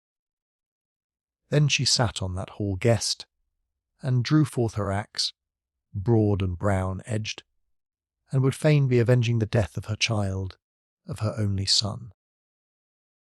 But on his shoulder was the coat of mail all woven, which saved his life, and prevented the entrance of the point, and the edge of the sword. And the son of Ecgtheow, the prince of Geats, would have surely gone a journey under the wide earth, unless that warlike coat of mail had given him help, that hard-war net, and unless the holy god, he the cunning lord, and the ruler in the heavens, had wielded the victory, and easily decided the issue aright, then he straightway stood up. Chapter 23. Then among the weapons he caught sight of a sword, rich in victories, an old weapon of the giants, and doughty of edge, the glory of warriors. It was the choicest of weapons, and it was greater than any other man could carry to the battle-playing, and all glorious and good, a work of the giants. And he seized it by the belted hilt, he the warrior of the Danes, rough and battle-grim, and he brandished the ring sword, and despairing of life, he angrily struck, so that hardly he grasped at her neck and broke the bone rings. And the point pierced through the doomed flesh covering, and she fell on the floor. The sword was all bloody, and the man rejoiced in his work. Shone forth the bright flame, and a light stood within, even as shineth the candle from the bright heavens. And then he looked on the hall, and turned to the wall.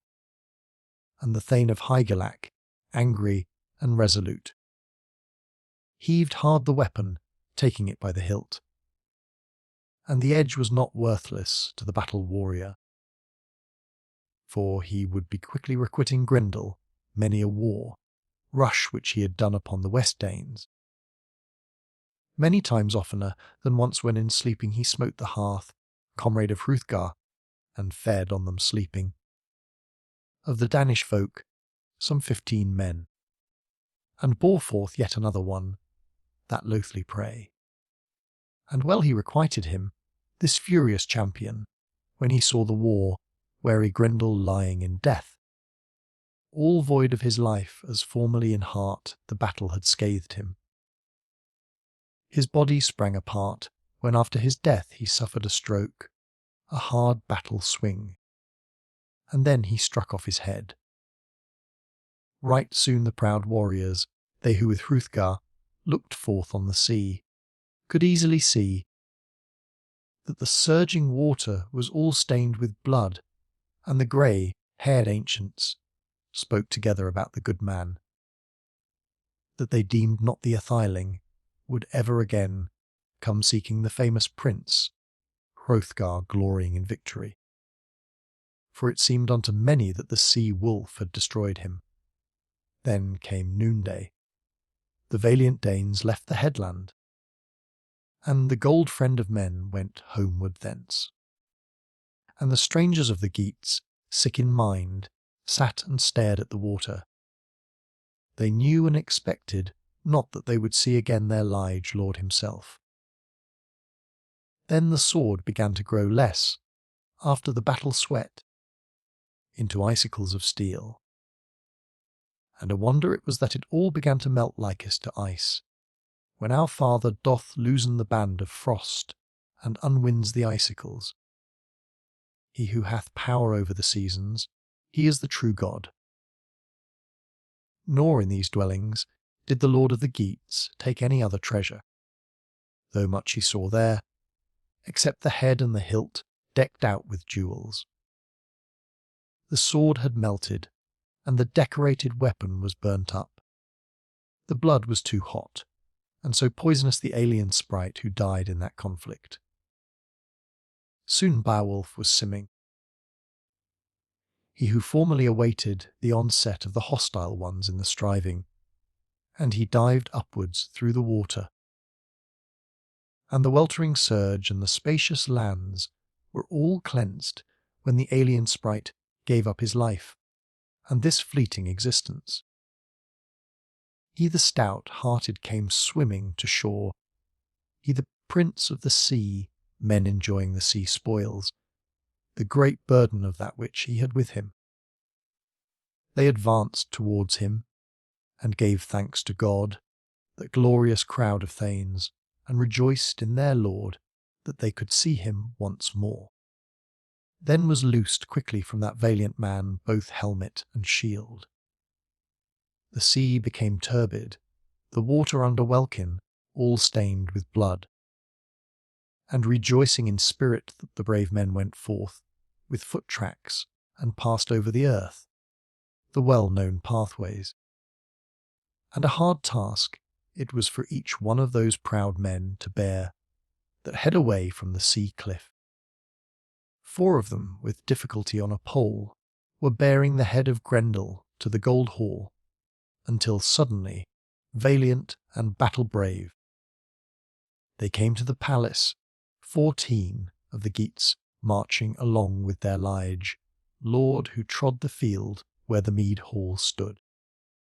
Then this prince of the thanes, this man so bold of deed and honoured by fate, this battle-dear warrior went into the hall to great King Hrothgar. Then over the floor where warriors were drinking they bore Grendel's head, a terror to the earls and also to the queen. And men were looking at the splendid sight of the treasures. Chapter 24. Beowulf spake, the son of Ectheo. Lo, son of Helfdene, lord of the Danes,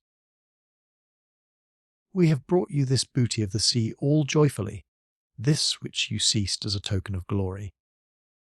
And I hardly escaped with my life, and hazarded an arduous task of war under water. And nearly was the battle ended for me, but that God shielded me. Nor could I in that conflict do aught with Hrunting, though the weapon was doughty. But the ruler of men granted me to see, hanging on the wall, a beauteous sword mighty and ancient. Often he guides those who are bereft of their comrades. And I drew the weapon. And I struck in that striving the guardian of the house when I saw my chance. Then that battle sword that was all decked out, burned up so that blood gushed forth, the hottest of battle sweat. But I bore off that hilt thence from the enemy, and wrought vengeance for the crimes, the deaths of the Danes, as it was fitting. And here I bid you to take your rest all sorrowless in heart. With the troop of your men, and each of the thanes of your people, the youth and the doughty ones. O Lord of the Danes, no longer needst you fear for them, because of earls life-bale as before you didst. Then was the golden hilt, the work of the giants, given into the hand of the old warrior, the hoary battle chief. This work of the wonder, smiths went into the possession of the Lord of the Danes, after the destruction of devils. And when the man of the fierce heart, the adversary of God guilty of murder, forsook this world, it passed the best of world kings by the two seas. Of these who in Cedon Isle dealt out treasures, Hrothgar spake and looked upon the hilt, the old heirloom on which was written of begin the ancient feud, since the flood, the all-embracing ocean, slew the giant race, when they bore themselves presumptuously. They were a folk strangers to the eternal God, to whom the ruler gave their deserts through whelming of waters. Thus was there truly marked on the sword guards of shining gold, by means of runed staves, set down and stated by whom that sword was wrought at the first, that choicest of weapons, with its twisted hilt, adorned with a dragon. Then spake the wise man, the son of Helfdene, and all kept silence. He who doth truth and right among the folk, and he who can recall the far-off days. He, the old protector of his country, may say that this earl was well born. Your fair fame is spread throughout the wide ways, among all peoples, O my friend Beowulf.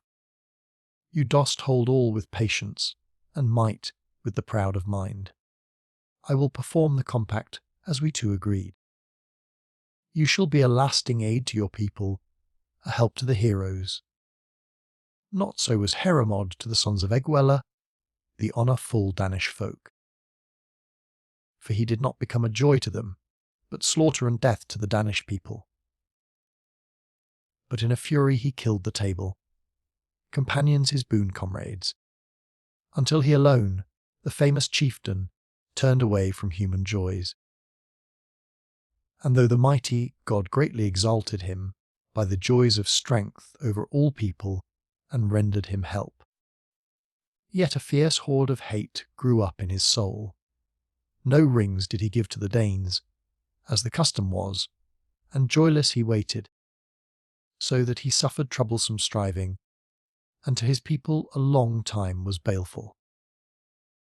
Do you be learning by that example, and seek out manly virtues. I who am old in winters sing you this song, and a wonder is it to say, how the mighty God giveth wisdom to mankind, through wideness of mind, lands, and earlship. He hath power over all. Sometimes he letteth the thought of man of famous kith and kin be turning to love, and giveth him earth joys in his own country, so that he holdeth the city of refuge among men, and giveth him to rule over parts of the world, and very wide kingdoms, so that he himself foolishly never thinketh of his end. He dwelleth in weal, and neither disease nor old age doth deceive him a whit, nor doth hostile sorrow darken his mind, nor anywhere do strife or sword hate show themselves, but all the world doth go as he willeth. Chapter 25. He knoweth no evil until his share of pride wasteth and groweth, while sleepeth the guardian, the ward of his soul. And the sleep is too deep, bound up in afflictions, and the banesman draweth near who shooteth cruelly his arrows from the bow. Then in his soul under helmet is he stricken with bitter shaft, nor can he save himself from the crooked behests of the cursed ghost. And little doth he think of that which long he hath ruled. And the enemy doth covet, nor at all doth he give in boast the plated rings. And he then forgetteth and despiseth his fate his share of honour which God before gave him, he the wielder of wonder. And in the end it doth happen that the body sinks fleeting, and doomed to death falleth. And another succeeds thereto, who joyfully distributeth gifts, the old treasure of the earl, and careth not for terrors. Guard you against malicious hate, O my dear Beowulf, though noblest of men, and choose for thyself that better part, eternal wisdom. Have no care for pride, O glorious champion. Now is the fame of thy strength proclaimed for a while. Soon will it be that disease, or sword edge, or grasp of fire, or whelming of floods, or grip of sword, or flight of arrow, or dire old age, will sever you from strength. Or the lustre of thine eyes will fail, or grow dim. Then, forthwith will happen that death will overpower thee, O you noble man. Thus have I for 50 years held sway over the ring Danes, under the welkin, and made safe by war many a tribe throughout the world with spears and swords, so that I recked not any man my fewman under the sweep of heaven. Lo, then there came to me change in my homeland, sorrow after gaming, when Grendel, that ancient foe, became my invader. And ever I bore much sorrow of mind through that feed. And may God be thanked, the eternal Lord, that I lingered in life, till I looked with mine eyes on that head stained with sword blood after the old strife. Go now to your seat, and enjoy the feasting, you who are glorious in war. And when morning cometh, there shall be a host of treasures in common between us. And the Geat was glad of mind, and soon he went up to the high seat, as the proud chief had bidden him. Then renewed was fair chanting, as before mongst these brave ones who sat on the floor. And the helmet of night grew dark over men, and the noble warriors arose. The venerable king wished to go to his bed, the old prince of the Danes. And the Geat, the shield warrior, desired greatly to go to his rest. And straightway a hall thane guided the far-comer, wary of his journey, he who so carefully attended to all his needs, such as that day the ocean gauze would fain be having. And the great-hearted one rested himself. The house towered on high, that was spacious and gold-decked. The guests slept within until the black raven heralded the joy of heaven. Then came the sun, hastening and shining over the earth. Warriors were hurrying, and athelings were eager to go to their people. The bold-hearted comer would visit the ship far away. He, the hardy one, bade the son of Ecglaf carry forth Runting, and commanded him to take his sword, that lovely piece of steel. And he gave thanks for the lending, and said he reckoned him a good war comrade and crafty in fighting. Not at all did he blame the edge of the sword. He was a proud man. When ready for the journey were all the warriors, then Beowulf the Atheling, of good worth to the Danes, went up to the days where was Hrothgar the faithful and bold, and greeted him there.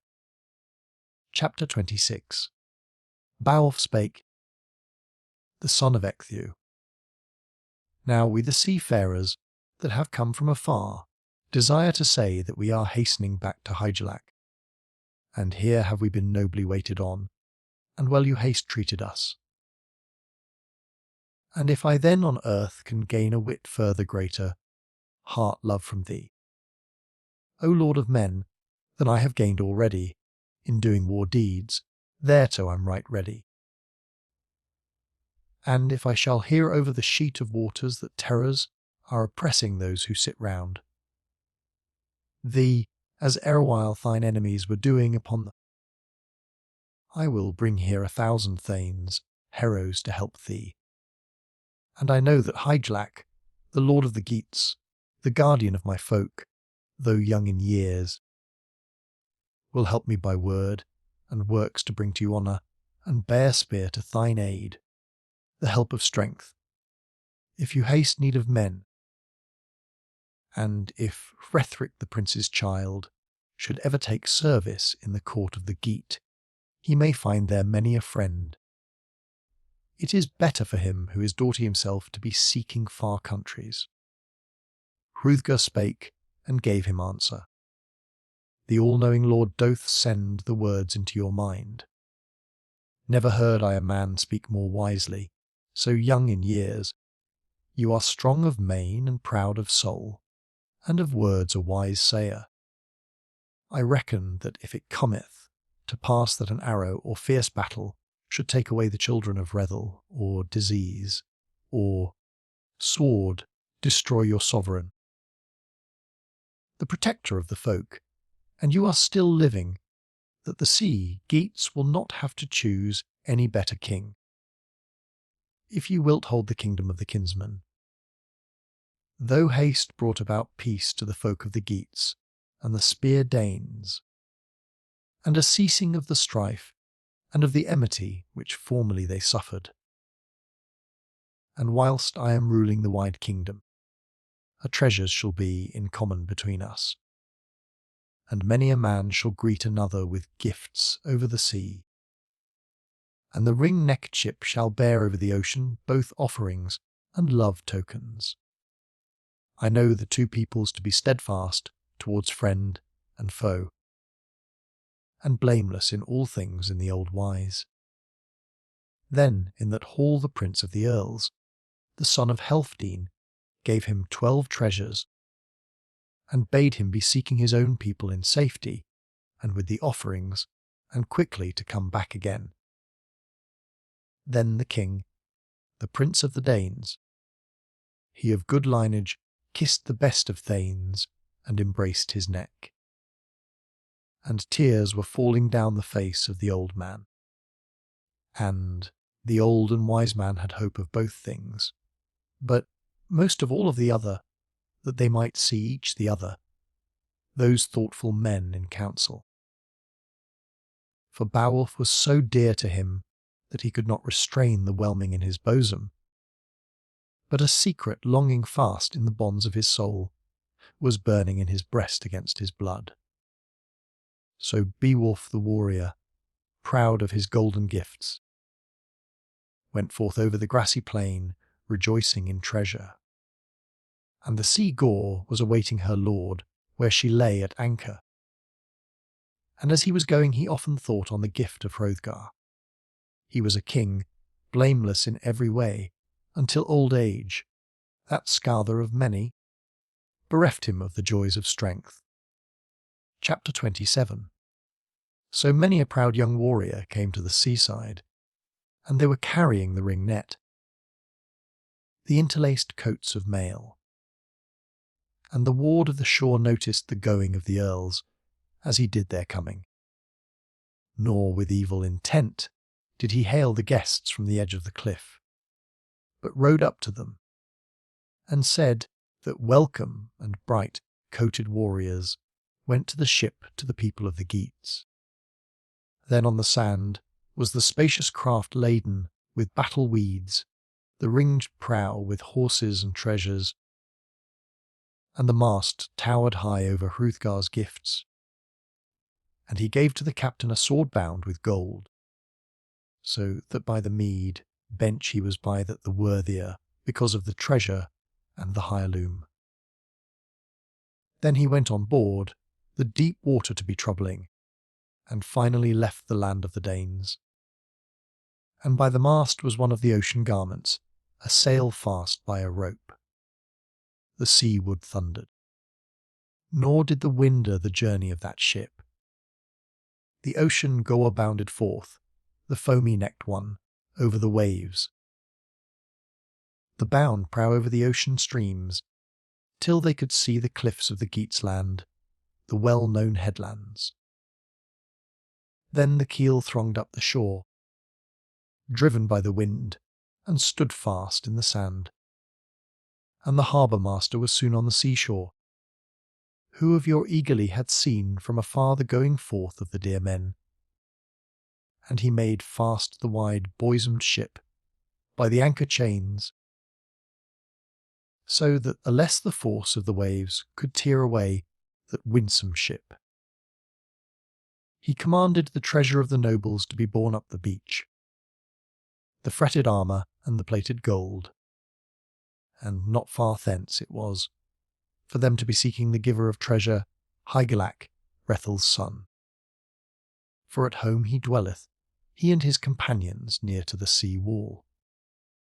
And splendid was that building, and the prince was a bold king, and the halls were high, and Hyde his wife was very young and wise, and mature in her figure. Though the daughter of Hrothgar had bided in that city but a very few years.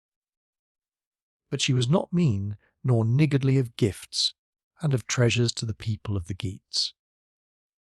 But Thrytho was fierce, for she had committed a terrible crime, that bold queen of the folk. There was none that durst risk that dire thing of the dear companions, save only her lord. That he should stare on her with his eyes by day, but if he did he might expect that death bands were destined for himself. For, after the hand, grip a weapon was quickly prepared, that the sword, that was curiously inlaid, should bring to light and make known the death bale. Nor is it a queenly custom for a woman to perform, though she might be peerless, that she should assail the life of a peace wearer of her dear lord, after a pretended insult. At least King Offa, the kinsman of Hemming, checked her in that. But otherwise said the ale drinkers, namely that she did less of bale to her people and of hostile acts, since the time when she was first given all decked with gold to the young champion. To her dear lord, since she sought the hall of Offa over the fallow flood by the guidance of her father, where on the throne whilst she lived she well did enjoy her fate, that woman famous for good works. And she kept great love for the prince of heroes, and of all mankind he was, as I have learned by asking, the greatest by 2 seas. For Offa was a spear keen man in gifts and in warfare, and widely was he honoured, and he ruled his people wisely. And to him and Thrytho Omer was born to the help of heroes, he the kinsman of Hemming. The nephew of Garmund was crafty in battle. Chapter 28. Then the hardy one himself, with his troop set forth to tread the seashore, going along the sands, the wide sea beaches. The candle of the world shone, the sun that was shining from the south, and joyfully they journeyed. And with courage they marched along, to where they heard by inquiring that the good prince of earls, the banesman of Ongentheow, the young war king, was giving out rings within the city. And quickly was made known to Hygelak the coming of Beowulf, that he the prince of warriors, the comrade in arms, was returning alive and hale from the battle play, was coming to the palace. And straightway was there room made for the foot guests on the floor of the hall by command of the king. And he that had escaped scot-free from the contest sat with the king, kinsman with kinsman. And the lord with courteous speech saluted the brave man with high-swelling words. And the daughter of Hrothgar poured forth from the mead cups throughout that great hall, for she loved well the people, and carried round the drinking stoups to each of the warriors. And Hygelak began to question his comrade as curiosity prompted him, as to the journey of the sea Geats. How went it with thee, dear Beowulf, in your faring, when you did bethink you suddenly to be seeking a contest over the salt waters, in battle at heart? And you did requite the widely known woo which Hrothgar was suffering, that famous lord. And I browed over that mind care with sorrow whelmings, for I trusted not in the journey of the dear man. And for a long time I bade you not a whit to be greeting the murderous stranger, but to let the South Danes themselves wage war against Grendel. And I now give God thanks that I see you safe and sound. Beowulf answered, the son of Ecgtheow. Our lord Hygelak, it is well known to many a man, our famous meeting, and the battle we fought, Grendel and I, on the wide plain. when he was working great sorrow to the Danes and misery forever, all that I avenged, so that no kinsman of Grendel anywhere on earth needed to boast of that uproar by twilight, no, not he of that kindred who lived the longest, encircled by the fen. And first, to greet Hrothgar, I went to the ring hall. And straightway the famous kinsman of Helfdene, when he knew my intention, gave me a place with his own son, and the troop was all joyful. Nor ever have I seen greater joy amongst any hall, dwellers under the arch of heaven. Sometimes the famous queen, the peace-bringer of the folk, walked over the whole floor, and encouraged the young sons. And often she gave to the man a twisted ring ear. She went to the high seat. And sometimes for the noble band, the daughter of Hrothgar carried the ale cups to the earls at the end of the high table. And I heard those who sat in that hall calling her Friaworu, as she gave the studded treasure to the heroes. And she, young and gold-decked, is betrothed to the glad son of Froda. The friend of the Danes and the guardian of the kingdom has brought this to pass, and taken that counsel, so as to set at rest by that betrothal many a slaughter feud and ancient strife. And often it happens that a little while after the fall of a people, the deadly spear seldom leath, at rest though the bride be doughty. And this may displease the lord of the Heatherboards, and all of his thanes of the people, when he with his bride walketh over the floor, that his doughty warriors should attend on a noble Eshan of the Danes, and the heirloom of the ancients should glisten on him, all hard, and the ring sword, the treasure of the Hethboards, whilst they might be wielding weapons. Chapter 29. Till the day on which they risked their own and their comrades lives in the battle. Then said an old spear warrior who remembered all that had happened, the death of men by spears, his mind was grim. And he began with sorrowful mind to seek out the thought of the young, champion by broodings of the heart, and to waken the war bales. And this is what he said. Canst you recognize, my friend, the dire sword which your father carried to the battle, under the visored helm? On that last journey, when the Danes slew him, and had the battle field in their power, when Withergild lay dead after the fall of the heroes. Now here the son of I know not which of the slayers, all boasting of treasures, goeth into the hall and boasteth of murder, and carrieth the gift which you shouldst rightly possess.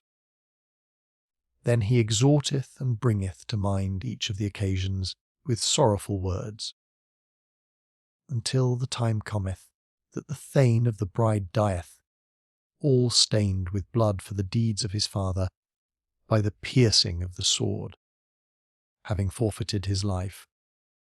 But the other thence escapeth alive, for he knows the land well. Then the oath swearing of earls is broken on both sides, when deadly imities surge up against Ingjald, and his love for his wife grows cooler, after whelming care. And for this reason I reckon not sincere the friendliness of the Hethboards towards the Danes, or the troop peace between them. The plighted truth. Now I speak out again about Grendel, for that you knowest full well, O giver of treasure, how went that hand-to-hand fight of the heroes. When the jewel of heaven glided over the world, then the angry sprite, the terrible and evening fierce foe, came to visit us, where we were dwelling in the hall all safe and sound. There was battle impending to Honcio, the life-bale to the doomed one, and he first fell, the champion begirt. For Grendel was to the famous thane a bainsman by biting, and devoured whole the dear man. nor would he.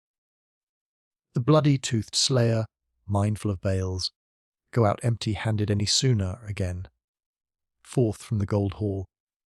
But he proved my strength of main, and ready-handed he grasped at me. An ample and wondrous glove hung fast by cunning bands, and it was cunningly fashioned by the craft of devils, and with skins of the dragon. And the fierce dower of deeds was wishful to put me therein, one among many. But he could not do so, for I angrily stood upright. And too long would it be to tell how I requited all evil to that scather of the people, where I, O my liege lord, honoured your people by means of good deeds. He escaped on the way, and for a little while he enjoyed life pleasures. But his right hand showed his tracks in heart, and he sank to the bottom of the sea, all abject and sad of heart. And the lord of the Danes rewarded me for that battle rush with many a piece of plated gold, and with ample treasure, when morning came, and we had set ourselves down to the feasting, and there was singing and rejoicing. And the wise man of the Danes, who had learned many things, told us of olden days. And the bold in battle sometimes touched the harp strings, the wood that was full of music, and sometimes he gave forth a song that was true and sad, and sometimes large-hearted. The king related a wondrous spell well and truly. And sometimes the old man, encumbered by years, some ancient warrior, lamented his lost youth and strength in battle. His heart was tumultuous when he, of many winters, recalled all the number of them. So we rejoiced the livelong day until another night came down upon men. Then was the mother of Grendel quickly ready for vengeance, and came on a woeful journey, for death had carried off her son, that war-hate of the Geats. And the uncanny wife avenged her child. And Ernest, that wise and ancient counsellor, departed this life. Nor when morning came might the Danish people burn him with brand, that death-weary man, nor lay the beloved man on the funeral pyre. For she bore away the body in her fiendish grip under the mountain streams. And that was to Hrothgar the bitterest of griefs, which for long had befallen the prince of the people. Then the prince, sad in mood, by your life entreated me that I should do a deed worthy of an earl, midst welter of waters, and risk my life, and achieve glory. And he promised me rewards. I then discovered the grim and terrible guardian of the whelming waters at the sea's bottom, so widely talked of. There was a hand-to-hand engagement between us for a while, and the sea boiled with gore. I cut off the head of Grendel's mother in the hall at the bottom of the sea with powerful sword. And I scarce saved my life in that conflict, but not yet was my doomsday. And afterwards the Prince of Earls gave me many gifts, he the son of Healfdene. Chapter 30. So in good customs lived the king of the people. Nor had I lost the rewards, the meed of strength.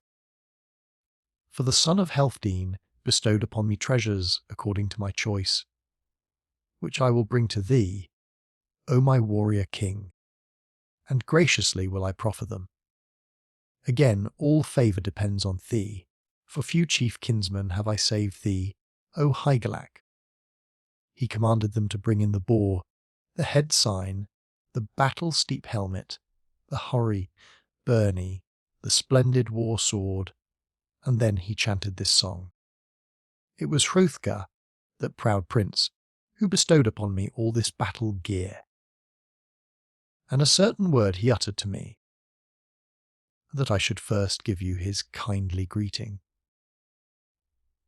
He said that Hrothgar the king of the Danes possessed it a long while, nor formerly would he be giving the breast weeds to his son the brave Hereward, though dear he was to him. Do you enjoy all well? Then I heard that 4 horses, of reddish-yellow hue, followed the armour, and thus he did him honour with horses and gifts. So should a kinsman do. By no means should they weave cunning nets for each other, or with secret craft devise death to a comrade. His nephew was very gracious to Hygelac, the brave in strife, and each was striving to bestow favours on the other. And I heard that he gave to hide the neck ring so curiously and wondrously wrought, which Wealhtheow, a daughter of royal birth, had given him, and 3 horses also slender and saddle bright, and her breast was adorned with the ring she had received, and Beowulf, son of Ecgtheow, so famous in warfare and in good deeds, bore himself boldly and fulfilled his fate, nor did he slay the drunken hearth comrades. He was not sad-minded. But he, the battle-dear one, by the greatest of craft known to man, held fast the last and generous gift which God gave him. For long had he been despised, so that the warriors of the Geats looked not upon him as a good man, nor did the lord of troops esteem him as of much worth on the mead bench. Besides, they thought him slack, and by no means a warlike atheling. Then came a change from all his distresses to this glorious man. Then the Prince of Earls, the battle-brave king, commanded that the high loom of Hrothgar, all decked out in gold, should be brought in. For of swords there was no more glorious treasure among the Geats. And he laid it on the bosom of Beowulf, and gave him 7,000 men, and a building and a throne. And both of them held the land, the earth, the rights in the land as an hereditary possession, but the other, who was the better man, had more especially a wide kingdom. And in after days it happened that there were battle crashings, and Hygelac lay dead, and swords under shields became a death-bane to Hardred. When the brave battle-wolves, the Swedes, sought him out among the victorious ones, and assailed with strife the nephew of Hereric. And it was then that the broad kingdom came into the possession of Beowulf, and he held sway there in 50 winters, and a wise king was he, that old guardian of his country, until on dark nights a dragon began to make raids, he that watched over the hoard in the lofty cavern, the steep rocky cave, and the path thereoto lay under the cliffs unknown to men. And what man it was who went therein I know not. But he took from the heathen hoard a whole bowl decked with treasure, nor did he give it back again, though he had beguiled the guardian of the hoard, when he was sleeping, by the craft of a thief. And Beowulf found out that the dragon was angry. Chapter 31.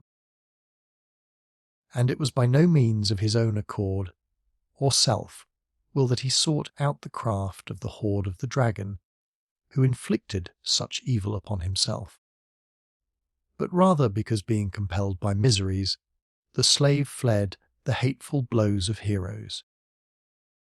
He that was shelterless, and the man, troubled by guilt, penetrated therein. And soon it came to pass that an awful terror arose upon the guest.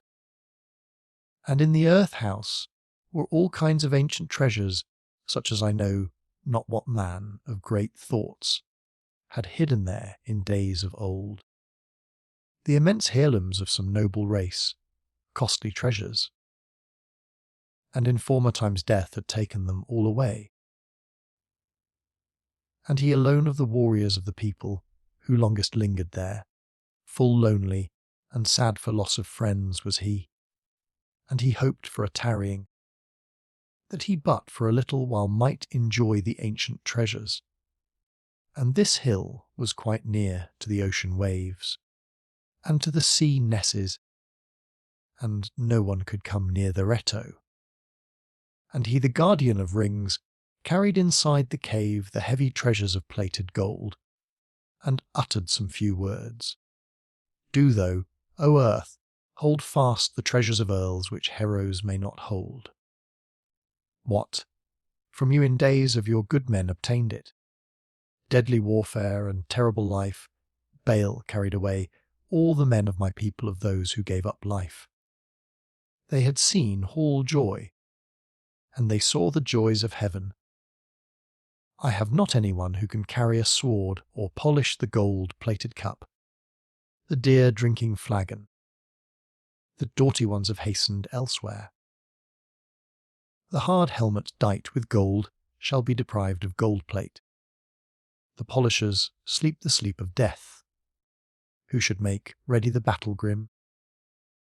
Likewise the coat of mail, which endured in the battle, was shattered over shields by the bite of the iron spears, and perishes after the death of the warrior. Nor can the ringed byrnie go far and wide on behalf of heroes after the passing of the war chief. No joy of harping is there, nor mirth of stringed instruments, nor does the goodly hawk swing through the hall, nor doth the swift horse paw in the courtyard. And death bale sent away many generations of men. Thus then, sad at heart he lamented his sorrowful plight, one for many. And unblithely he wept both day and night, until the whelming waters of death touched his heart. And the ancient twilight Skada found the joyous treasure standing open and unprotected. He it was who flaming seeks the cliff sides. He, the naked and hateful dragon, who fleeth by night wrapped about with fire. And the dwellers upon earth greatly fear him. And he should be seeking the hoard upon earth, where old in winters he guardeth the heathen gold. Nor aught is he the better thereby. And thus the Skada of the people, the mighty monster, had in his power the hall of the hoard 300 years upon the earth, until a man in anger kindled his fury. For he carried off to his liege Lord the plated drinking flagon, and offered his master a treaty of peace. Thus was the hoard discovered, the hoard of rings plundered, and a boon was granted to the miserable man. And the Lord saw for the first time this ancient work of men. Then awoke the dragon, and the strife was renewed. He sniffed at the stone, and the stout-hearted saw the footmark of his foe. He had stepped too far forth with cunning craft near the head of the dragon. So may anyone who is undoomed easily escape woes and exile, who rejoices in the favour of the wielder of the world. The guardian of the hoard, along the ground, was eagerly seeking, and the man would be finding who had deprived him of his treasure while he was sleeping. Hotly and fiercely he went around all on the outside of the barrow, but no man was there in the waste. Still he gloried in the strife and the battle working. Sometimes he returned to the cavern and sought the treasure vessels. And soon he found that one of the men had searched out the gold, the high heap of treasures. The guardian of the hoard was sorrowfully waiting until evening should come. And very furious was the keeper of that barrow, and the loathsome one would fain be requiting the robbery of that dear drinking stoop with fire and flame. Then, as the dragon wished, day was departing. Not any longer would he wait within walls, but went forth girt with baleful fire. And terrible was this beginning to the people in that country, and sorrowful would be the ending to their lord, the giver of treasure. Chapter 32. Then the fiend began to belch forth fire, and to burn up the glorious palace, and the flames thereof were a horror to men. Nor would the loathly air flyer leave aught living thereabouts. And this warfare of the dragon was seen far and wide by men, this striving of the foe who caused dire distress, and how the war Skada hated and harmed the people of the Geats. And he hurried back to his hoard and the dark cave, all of which he was lord. Ere it was day dawn, he had encircled the dwellers in that land with fire and brand. He trusted in his cavern, and in battle and his cliff wall. But his hope deceived him. Then was the terror made known to Beowulf, quickly and soothly, namely that his very homestead, that best of houses, that throne of the Geats, was dissolving in the whelming fire. And full rueful was Git to the good man, and the very greatest of sorrows. And the wise man was thinking that he had bitterly angered the wielder of all things, the eternal God, in the matter of some ancient customs. And within his breast gloomy brooding was welling, as was by no means his wont. The fiery dragon had destroyed by flame the stronghold of the people, both the seaboard and neighbouring land, and therefore the king of the Weeder, Geats, devised revenge upon him. Now Beowulf, the prince of earls and protector of warriors, commanded them to fashion him a glorious war, shield all made of iron, for he well knew that a wooden shield would be unavailing against flames. For he, the age-long noble atheling, must await the end of days that were fleeting of this world life, he and the dragon together, though long he had held sway over the hoard of treasure. And the Prince of Rings scorned to employ a troop against the wide, flying monster in the great warfare.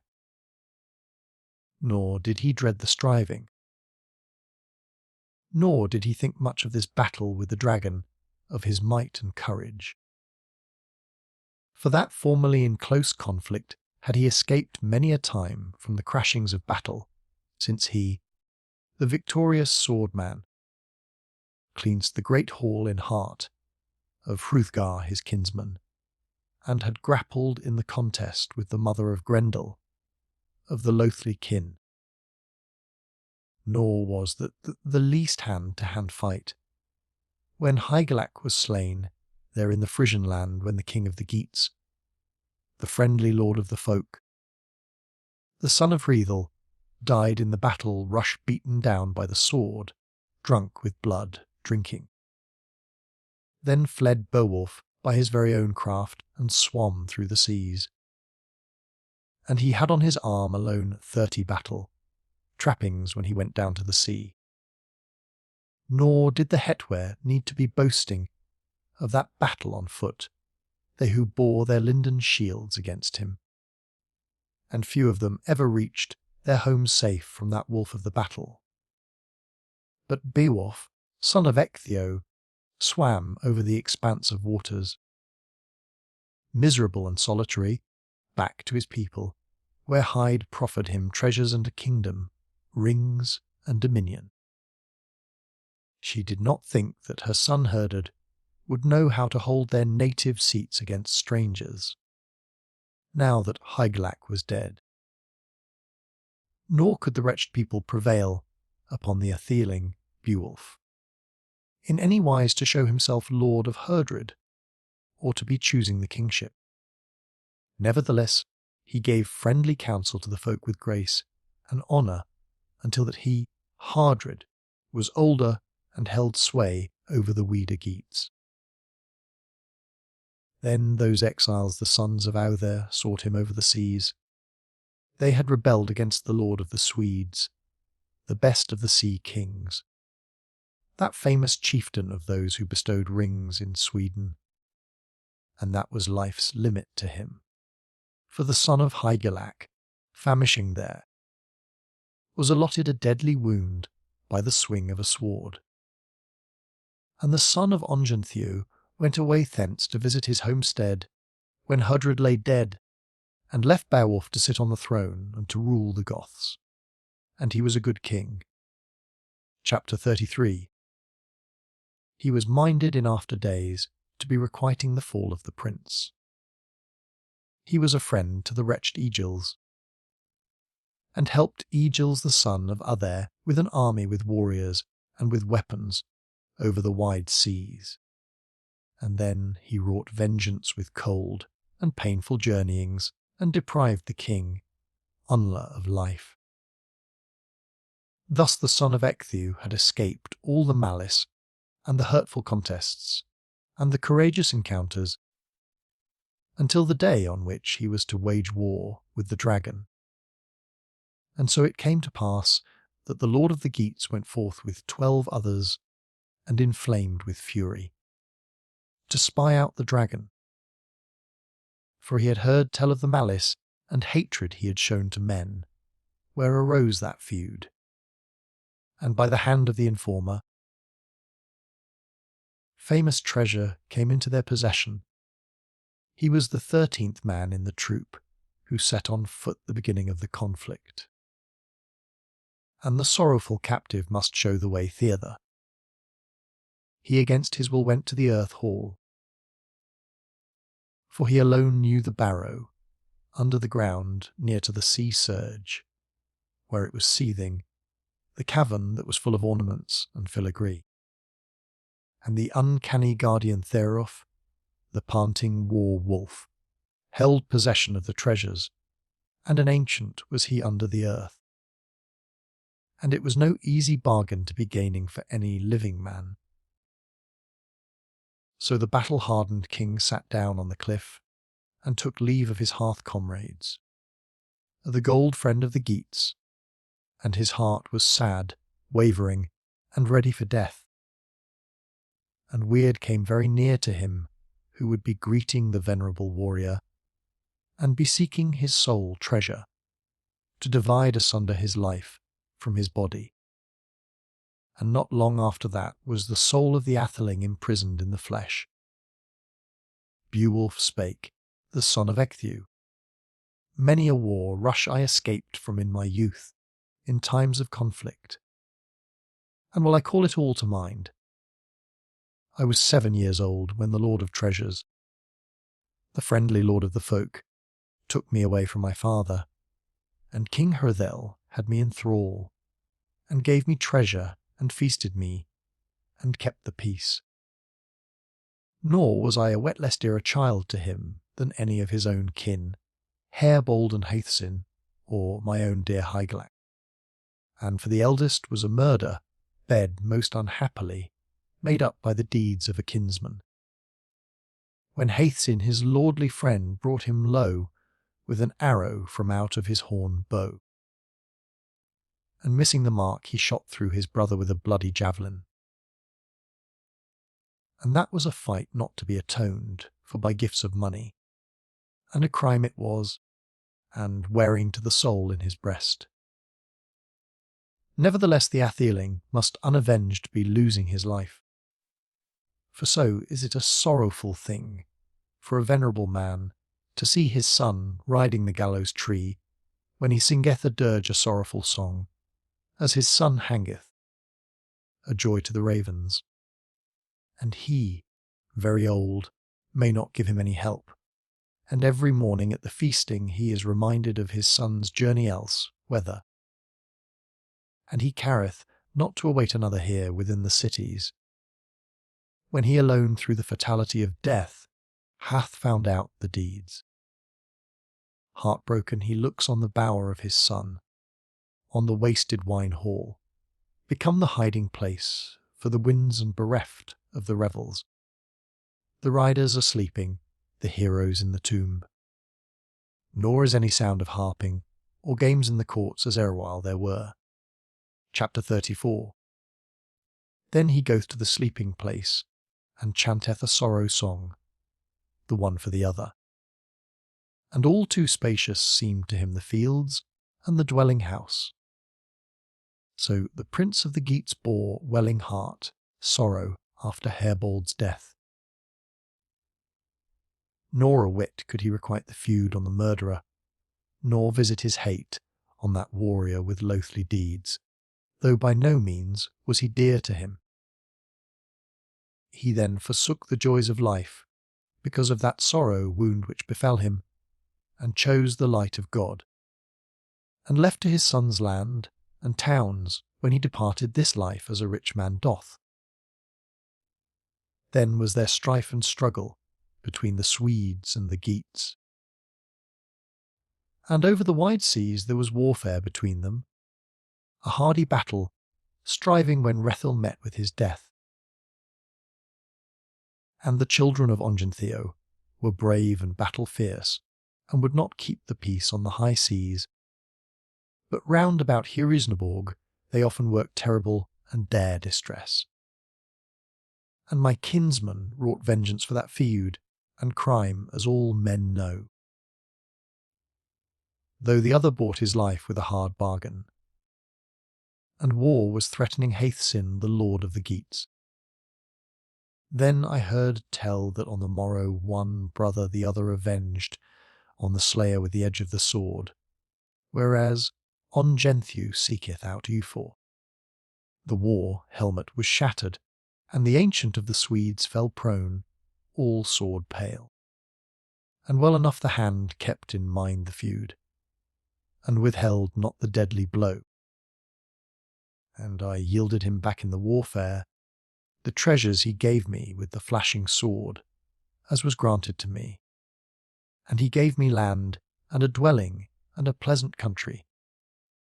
And he had no need to seek among the Gifthus, or the Spear Danes, or in Sweden a worse war wolf, or to buy one that was worthy.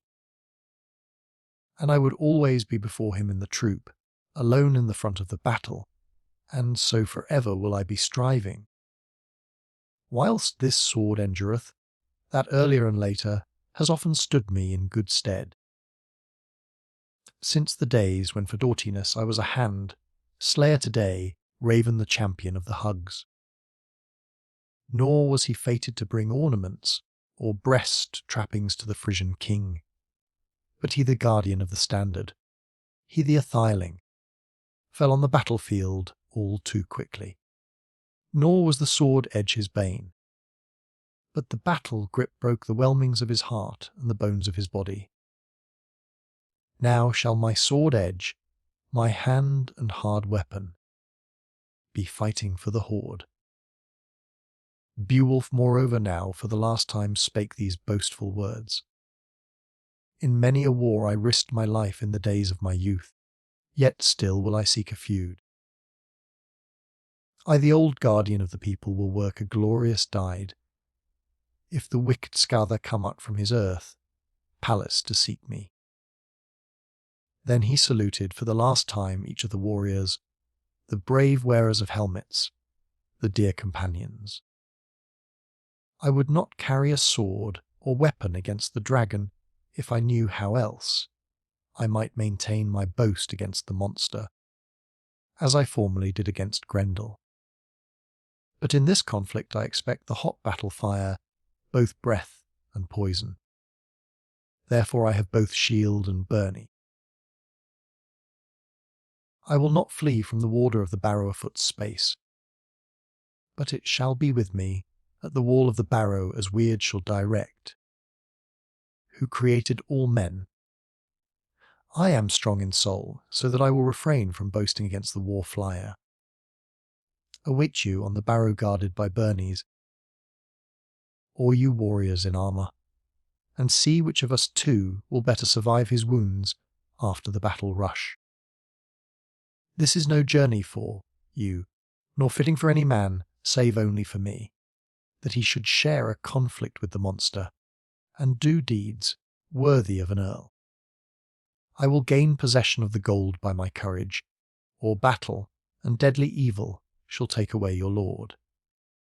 Then the strong warrior, hard under helm, arose beside his shield, and carried his shirt of mail under the rocky cliffs, and trusted in the strength himself alone. Nor was that a coward's journey.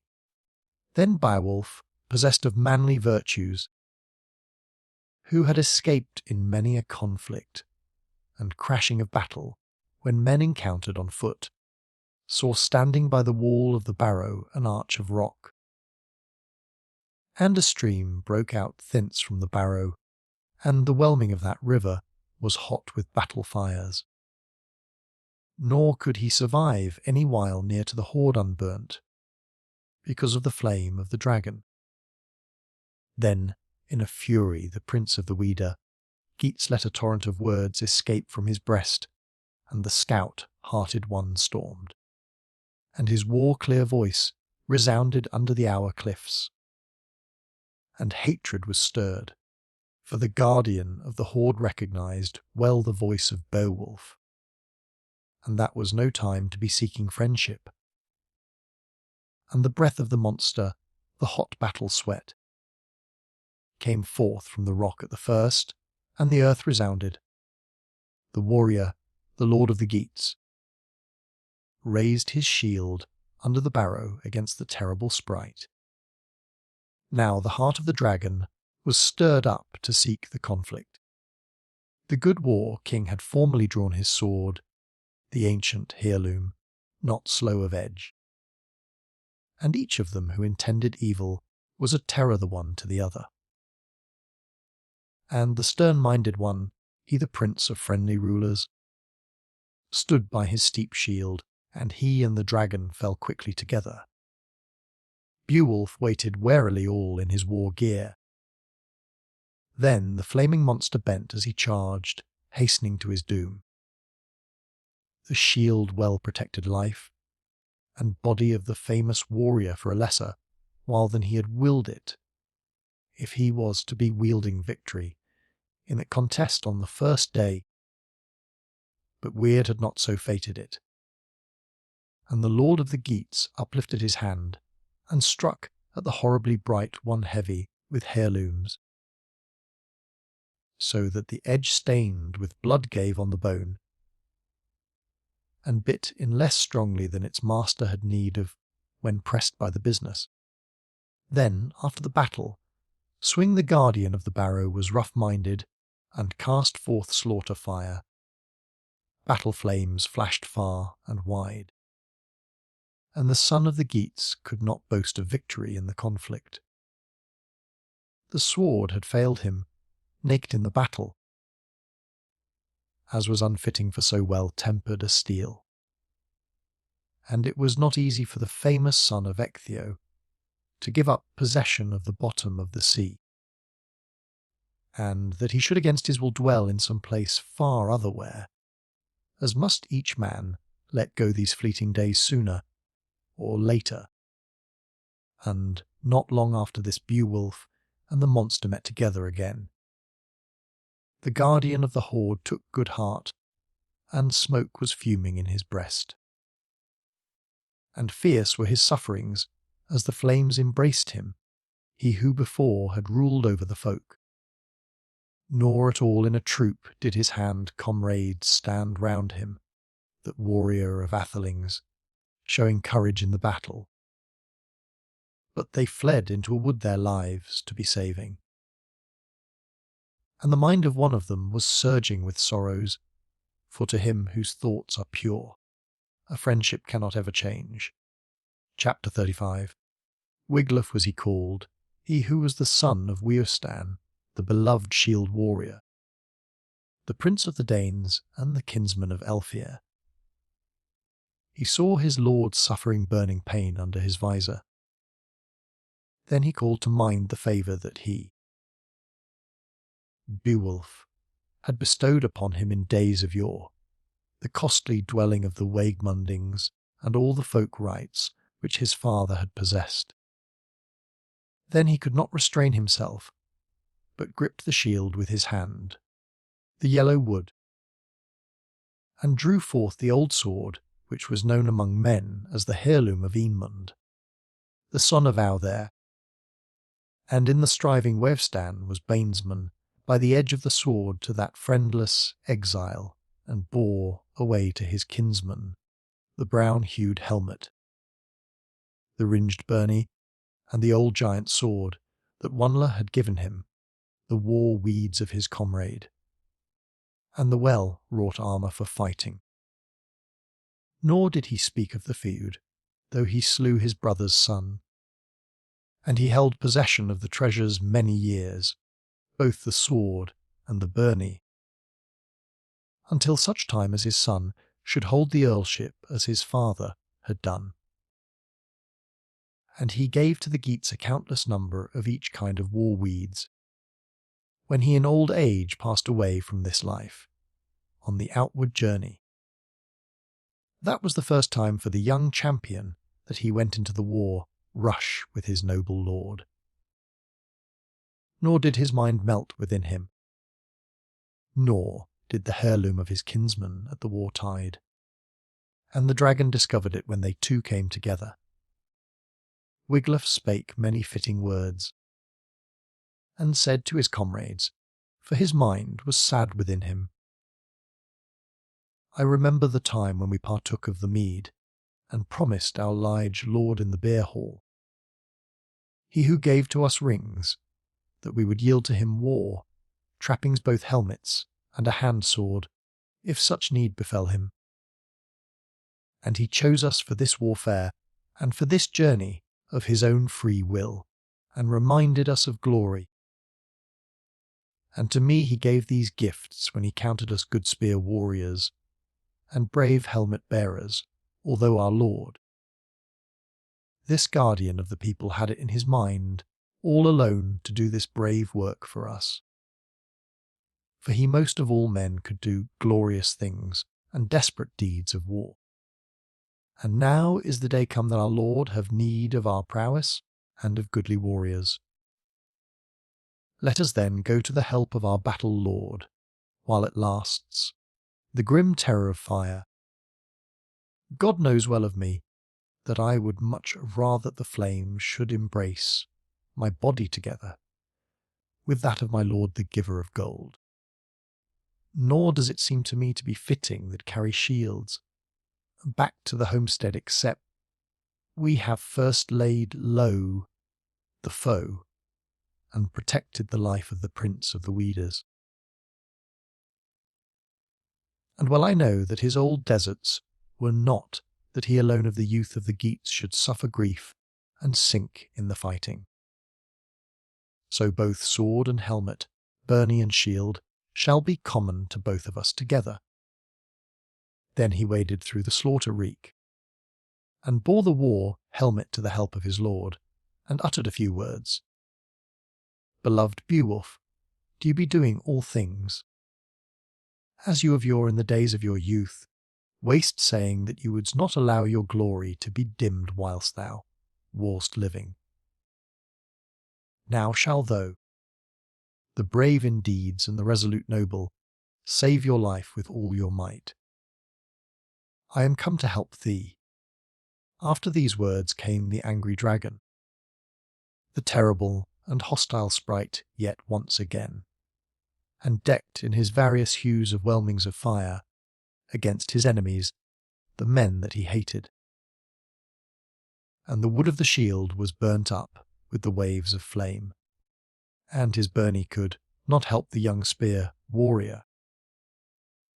Yet did the youth bravely advance under the shield of his kinsman, when his own had been destroyed by the flames. Then again the war king bethought him of glory, and struck a mighty blow with his battle sword, so that it fixed itself in his head, forced in by violence.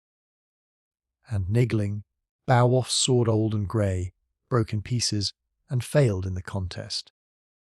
It was not given to him that sharp edges of swords should help him in battle. His hand was too strong, so that it overtaxed every sword, as I have been told, by the force of its swing, whenever he carried into battle a wondrous hand weapon. And he was nowise the better for a sword. Then for the third time, the Scather of the people, the terrible fire dragon, was mindful of feuds, and he rushed on the brave man when he saw that he had room, all hot and battle grim, and surrounded his neck with bitter bones. And he was all be-bloodied over with life blood, and the sweat welled up in waves. Chapter 36. Then I heard tell that the Earl of the Kingable showed in his time of need unfailing courage in helping him with craft and keenness, as was fitting for him to do. He paid no heed to the head of the dragon, but the brave man's hand was being burnt when he helped his kinsman. But that warrior in arms struck at the hostel, sprite somewhat lower in his body, so that his shining and gold-plated sword sank into his body, and the fire proceeding therefrom began to abate. Then the good King Beowulf got possession of his wits again, and drew his bitter and battle, sharp short sword that he bore on his shield. And the king of the Geats cut asunder the dragon in the midst of his body. And the fiend fell prone. Courage had driven out his life, and they two together had killed him, noble comrades in arms. And thus should a man who is a thane always be helping his lord at his need. And that was the very last victory achieved by that prince during his life work. Then the wound which the earth dragon had formerly dealt him began to burn and to swell, and he soon discovered that the baleful venom was seething in his breast, the internal poison. Then the young noble looked on the giant's work as he sat on a seat musing by the cliff wall, how arches of rock, firmly on columns, held the eternal earth house within. Then the most noble thane refreshed his blood-stained and famous lord, his dear and friendly prince, with water, with his own hands, and loosened the helmet for the battle-sated warrior. And Beowulf spake over his deathly pitiful wound, for well he knew that he had enjoyed the days while of his earthly joy, and the number of his days was all departed, and death was coming very near. Now, said Beowulf, I would have given battle weeds to my son if any hair had been given to me of my body. I held sway over these peoples 50 years, and there was no folk, king of those who sat round about, who dared to greet me with swords or oppress with terror. At home have I bided my appointed time, and well I held my own, nor did I seek out cunning feuds, nor did I swear many unrighteous oaths. And I, sick of my life wounds, can have joy of all this. For the wielder of men cannot reproach me with murder of kinsmen when my life shall pass forth from my body. Now do thou, beloved Wiglaf, go quickly and look on the hoard under the Hourstone, now that the dragon lieth prone and asleep sorely wounded and bereft of his treasure. And do, though make good speed, that I may look upon the ancient gold treasures, and yearly be feasting mine eyes upon the bright and cunning jewels, so that thereby, after gazing on that wealth of treasure, I may the more easily give up my life and my lordship over the people, whom I have ruled so long. Chapter 37. Then straightway I heard tell how the son of Weohstan, after these words had been spoken, obeyed the behest of his lord, who was sick of his wounds, and carried the ring net, and the coat of mail adorned, under the roof of the barrow. And as Wiglaf, exulting in victory, came by the seat, he saw many gems shining, and shaped like the sun, and gleaming gold all lying on the ground, and wondrous decorations on the wall. And he saw too the den of the dragon, the ancient twilight flyer, and flagons standing there, and vessels of men of days long gone by, no longer polished but shorn of adornment. And there also was many a helmet, ancient and rusty, and many arm rings cunningly twisted. The possession of treasure and of gold on the earth may easily make proud all of mankind. Let him hide it who will. Likewise he saw the all-gilded banner lying high over the hoard, that greatest of wondrous handiwork, and all woven by the skill of human hands. and therefrom went forth a ray of light, so that he could see the floor of the cave and look carefully at the jewels. And there was no sign of the dragon, for the sword edge had carried him off. Then I heard tell how in that barrow one at his own doom plundered the hoard, that old work of giants, and bore away on his arms both cups and dishes. And the banner also he took, that brightest of beacons, Beowulf's sword, with its iron edge, had formerly injured him, who had been the protector of these treasures for a long time, and had waged fierce flame terror, because of the hoard fiercely welling in the midnight hour until he was killed. The messenger was in haste, and eager for the return journey, and laden with jewels, and curiosity tormented him as to whether he would find the bold-minded prince of the Geats alive on the battle field, and bereft of strength where before he had left him. Then he with the treasures found the glorious lord, his own dear master, at the last gasp, and all stained with blood. And he began to throw water upon him, until the power of speech brake through his mind, and Beowulf spake. And with sorrow he looked upon the hoard. I would utter words of thanks to the Lord and wondrous King, to the eternal God, for the treasures which now I am looking upon, that I have managed to obtain them for my dear people before my death day. Now that I have in exchange for this hoard of treasure sold my life in my old age, and laid it down, do you still be helping the people in their need? For I may no longer be lingering here. Do you bid the famous warriors erect a burial mound after the burning of the funeral pyre at the edge of the sea, which shall tower aloft on Whale's Ness as a memorial for my people, and so the seafarers shall call it the Hill of Beowulf, even those who drive the high ships from afar through the mists of the flood. Then he, the bold prince, doffed from his neck the golden ring, and he gave it to his thane, to the young spear warrior, the gold-adorned helmet, the ring, and the byrnie, and bade him enjoy it well. Though, O Wiglaf, he said, are the last here of our race, of that of the Waegmundings. Weird has swept away all my kinsmen to their fated doom, all the earls in their strength, and I shall follow after them. Now, that was the very last word of the old warrior's breast thoughts, ere he chose the funeral pyre the hot wave whelmings, and his soul went forth from his breast to be seeking the doom of the truth-fast ones. Chapter 38.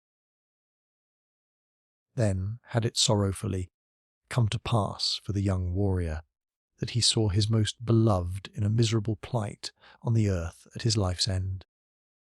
Likewise the terrible dragon, his slayer, lay there bereft of life and pressed sore by ruin. And the coiled dragon could no longer wield the hoard of rings, but the iron edges of the sword, well tempered and battle-gashed, the hammer's leavings, had carried him off, so that the wide flyer, stilled because of his wounds, fell to the earth near to the hoard hall. And no more in playful wise at the midnight hour did he drift through the air, this dragon, proud in his gainings of treasure, showed not his face, but was fallen to the earth because of the handiwork of the battle warrior. And, as I have heard, it would have profited but few of the mighty men, even though they were doughty in deeds of all kinds, though they should rush forth against the flaming breath of the poisonous Scatha, even to the very disturbing of the ring, haul with their hands, if they should have found the guardian thereof awake, and dwelling in the cliff cave. Then Beowulf's share of lordly treasure was paid for by his death. and both he and the dragon had come to an end of their fleeting days. And not long after that, the laggards in battle, those cowardly treaty breakers, 10 of them together, came back from the woodlands. They who erewhile had dreaded the play of javelins when their lord had sore need of their help. But they were filled with shame, and carried their shields and battle weeds to where the old prince was lying. And they looked on Wiglaf. He, the foot warrior, sat awary near to the shoulders of his lord, and sought to rouse him by sprinkling water upon him. But he succeeded not at all. Nor could he, though he wished it ever so much, keep life in the chieftain, or avert a whit the will of the wielder of all things. Every man's fate was decided by the act of God, as is still the case. Then was a grim answer easily given by the young man to these who erewhile had lost their courage. Wiglaf spake, he the son of Weefstan, the sad-hearted. He who will speak truth may say that the lord and master who gave you gifts, and warlike trappings, in which you are now standing, when he very often gave on the ale, bench to them who sat in the hall, both helmet and byrnie, the prince to his thanes, as he could find any of you most noble far or near, that he wholly wrongly bestowed upon you war trappings when war befell him. The king of the folk needed not indeed to boast of his army comrades, yet God, the wielder of victory, granted to him that alone he avenged himself with the edge of the sword when he had need of strength. And but a little life protection could I give him in the battle, yet I sought to help him beyond my strength. The dragon was by so much the weaker when I struck with my sword that deadly foe, and less fiercely the fire surged forged from his head. Too few were the defenders thronged around their lord when his fated hour came. And now shall the receiving of treasure, and the gift of swords, and all joy of home and hope cease for ever to men of your kin. And every man of you of the tribe must wander empty of land rights, since noble men will learn far and wide of your flight and inglorious deed. Death would be better for earls than a life of reproach. Chapter 39. Then he bade them announce that battle work at the entrenchment up over the sea cliff, where that troop of earls sat sorrowful in soul through the morning long day, holding their shields and in expectation of the end of the day and the return of the dear man. And he who rode to, and from over the headland was little sparing of fresh tidings, but said to all who were sitting there, now is the joy giver of the people of the Geats fast on his death-bed, and by the deed of the dragon he inhabits the place of rest gained by a violent death, and by his side Leith the enemy of his life, sick of his dagger wounds. Nor could he inflict with the sword any wound on that monster. Wiglaf sits over Beowulf, he the son of Weefstan, the earl over the other one who is dead, and reverently keeps ward over the loved and the beloved.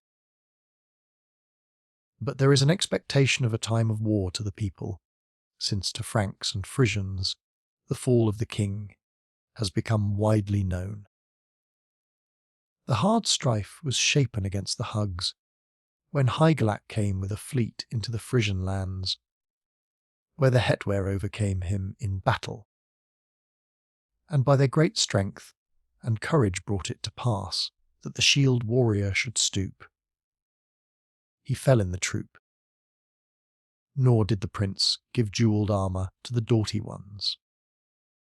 The mercy of the mirroring was not always shown to us, nor do I expect aught of peace or good faith from the Swedish people. But it was well known that Ongenhau bereft Haethcyn, the son of Rethel of Life, over against Ravenswood, when because of pride the warlike Swedes first sought out the people of the Geats. Soon Ongentheow, the wise father of Audhere, the ancient and terrible, gave him Haethcyn, a return blow, destroyed the sea kings, and rescued his bride, Queen Ellen. He, the old man, rescued his wife bereft of gold, the mother of one Ella and of Audhere, and then followed up the deadly foe, until with difficulty they retreated all Lord, lest to Ravenswood. And he attacked the remnant with a great army, weary though he was with his wounds. And the livelong night he vowed upon the wretched troop, and said that on the morrow he would by the edge of the sword slay some, and hang them up on the gallows tree for a sport of the birds. But help came to the sorrowful in soul at the dawn of day, when they heard the horn of Hygelac and the blast of his trumpet, when the good man came on the track, faring with the doughty warriors of the people. Chapter 40. And the blood track of both Swedes and Geats, the slaughter rush of warriors, was widely seen, how the folk stirred up the feud amongst them. The good man, wise and very sad, went away with his comrades to seek out a stronghold. Earl Ongentheow turned away to higher ground, for he, the war-crafty one, had heard of the prowess of Hygelac the Proud. He had no trust in his power to resist, or that he would be able to refuse the demands of the seamen, the ocean-farers, or defend the treasure he had taken, the children and the bride. Thence afterwards, being old, he sought refuge under the earth wall. Then was chase given to the people of the Swedes, and the banner of Hygelac borne aloft. And they swept over the field of peace, when the sons of Hrothgar thronged to the entrenchment. And there too was Ongentheow, he the grey-haired king of the people, driven to bay at the edge of the sword, and forced to submit to the sole doom of Ufa. And angrily did Wulf, son of one, and smite him with weapon, so that from that swinging blow blood, sweat gushed forth in streams under the hair of his head. Yet the old Swede was not terrified thereby, but quickly gave back a terrible blow by a worse exchange, when the king of the people turned thither. Nor could Welf, the bold son of Wand, give back a blow to the old curl, for Ongentheow had formerly cut his helmet in two, so that he, stained with blood, fell prone perforce to the ground. But not yet was he doomed, but he raised himself up, though the wound touched him close. And the hardy thane of Hygelac, Ufa, when his brother lay prostrate, caused the broad sword, the old giant's sword, to crash through the wall of shields upon the gigantic helmet. Then stooped the king, the shepherd of the people, mortally wounded. And there were many who bound up his kinsman, and quickly upraised him, when room had been made so that they might possess the battle field, while one warrior was plundering another. One took the iron shield of Ongentheow, and his hard-hilted sword, and his helmet, and carried the trappings of the old man to Hygelac. And he received the treasures, and fairly he promised reward for the people, and he did as he promised. The lord of the Geats, Hygelac, son of Hrothgar, rewarded with very costly gifts the battle onset of Orpha, and Wulf when he got back to his palace, and bestowed upon each of them 100,000 of land and locked rings.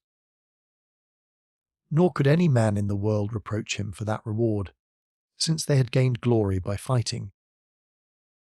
And he gave to Orpha his only daughter, she who graced his homestead, to wed as a favour.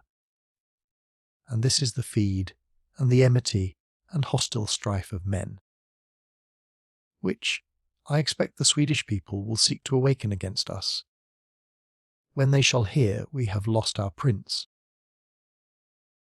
He who in days of your held treasure and kingdom against our foes, after the fall of heroes, and held in check the fierce Swede, and did what was good for the people and deeds worthy of an earl. Now is it best for us to hasten to look upon our king and bring him who gave to us rings to the funeral pyre. Nor shall a part only of the treasure be melted with a proud man, but there is a hoard of wealth, an immense mass of gold, bought at a grim cost. For now, at the very end of his life, he bought for us rings. And the brand shall devour all the treasures, and the flames of the funeral fire. They shall enfold them, nor shall an earl carry away any treasure as a memorial, nor shall any maid all beauteous wear on her neck ring adornments, but shall go sad of soul and bereft of gold, and often not once only tread an alien land now that the battle-wise man, Beowulf, has laid aside laughter, the games and the joys of song. And many a morning cold shall the spear in the hand grip be heaved up on high. Nor shall there be the sound of harping to awaken the warriors, but the war-raven, eager over the doomed ones.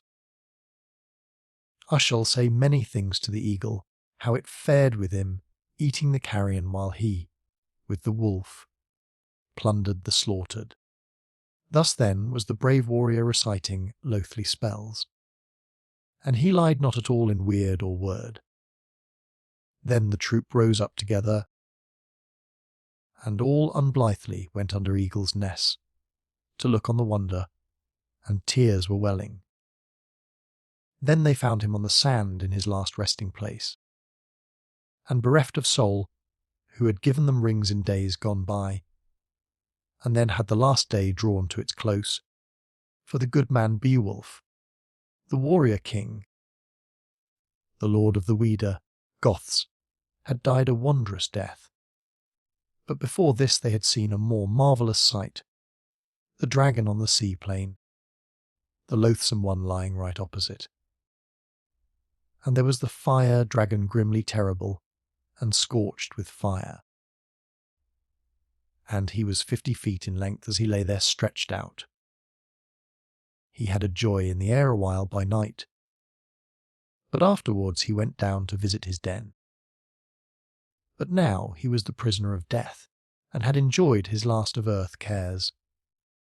And by him stood drinking cups and flagons. And dishes were lying there, and a costly sword, all rusty, and eaten through as though they had rested 1,000 winters in the bosom of the earth. And those heirlooms were fashioned so strongly, the gold of former races of men, and all wound round with spells, so that no man could come near that ring hall, unless God only, himself the true king of victories, gave power to open up the hoard to whom he would. For he is the protector of men, even to that man as it seemed good to him. Chapter 41. Then was it quite clear to them that the affair had not prospered with the monster, who had hidden ornaments within the cave under the cliff. The guardian thereof had slain some few in former days. Then had the feed been wrathfully avenged. And it is a mystery anywhere when a valiant earl reaches the end of his destiny, when a man may no longer with his kinsman dwell in the mead hall.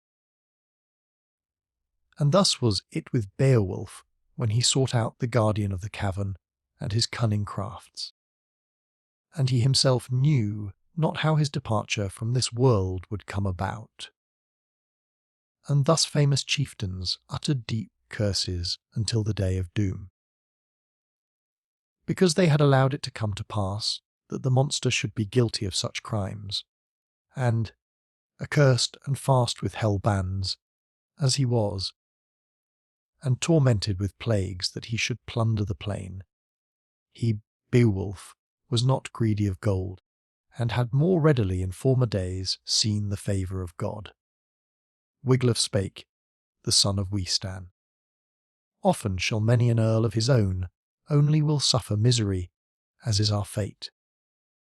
Nor could we teach the dear lord and shepherd of the kingdom any wisdom, so that he would fail to be meeting the keeper of the gold treasures, the dragon, or to let him stay where he had been long time dwelling in his cavern until the world's end. But he held to his high destiny. Now the hoard is seen by us, grimly got hold of, and at too great a cost was it yielded to the king of the people whom he enticed to that conflict.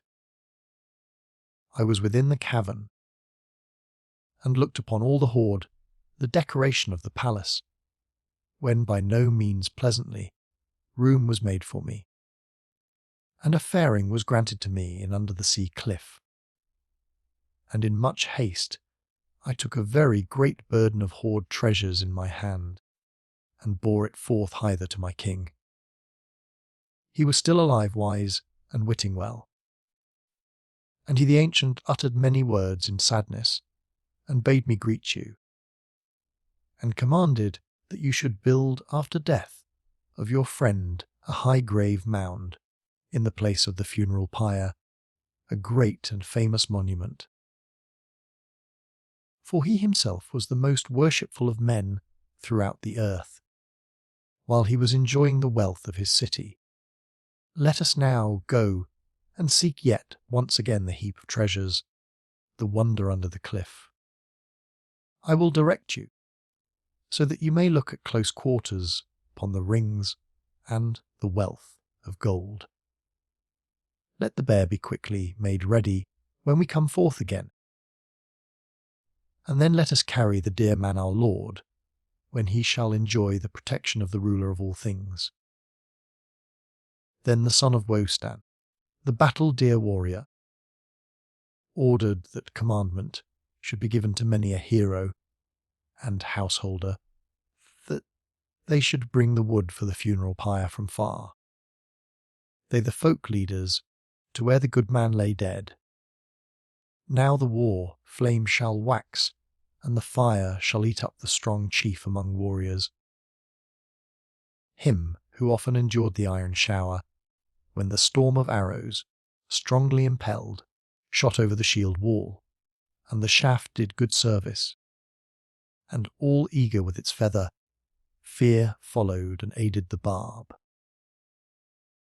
Then the proud son of Weohstan summoned, from the troop the thanes of the king, 7 of them together, and the very best of them, and he the 8th went under the hostile roof. And one of the warriors carried in his hand a torch which went on in front. And no wise was it allotted who should plunder that hoard, since they saw some part unguarded remaining in the hall, and lying there fleeting. And little did any man mourn, when full heartily they carried forth the costly treasures. Then they shoved the dragon the worm over the cliff wall, and let the wave take him, and the flood embrace that guardian of the treasures. Then the twisted golden ornaments were loaded on a waggon, an immense number of them, and the noble atheling, the Hour battle warrior, was carried to Wales Ness. Chapter 42.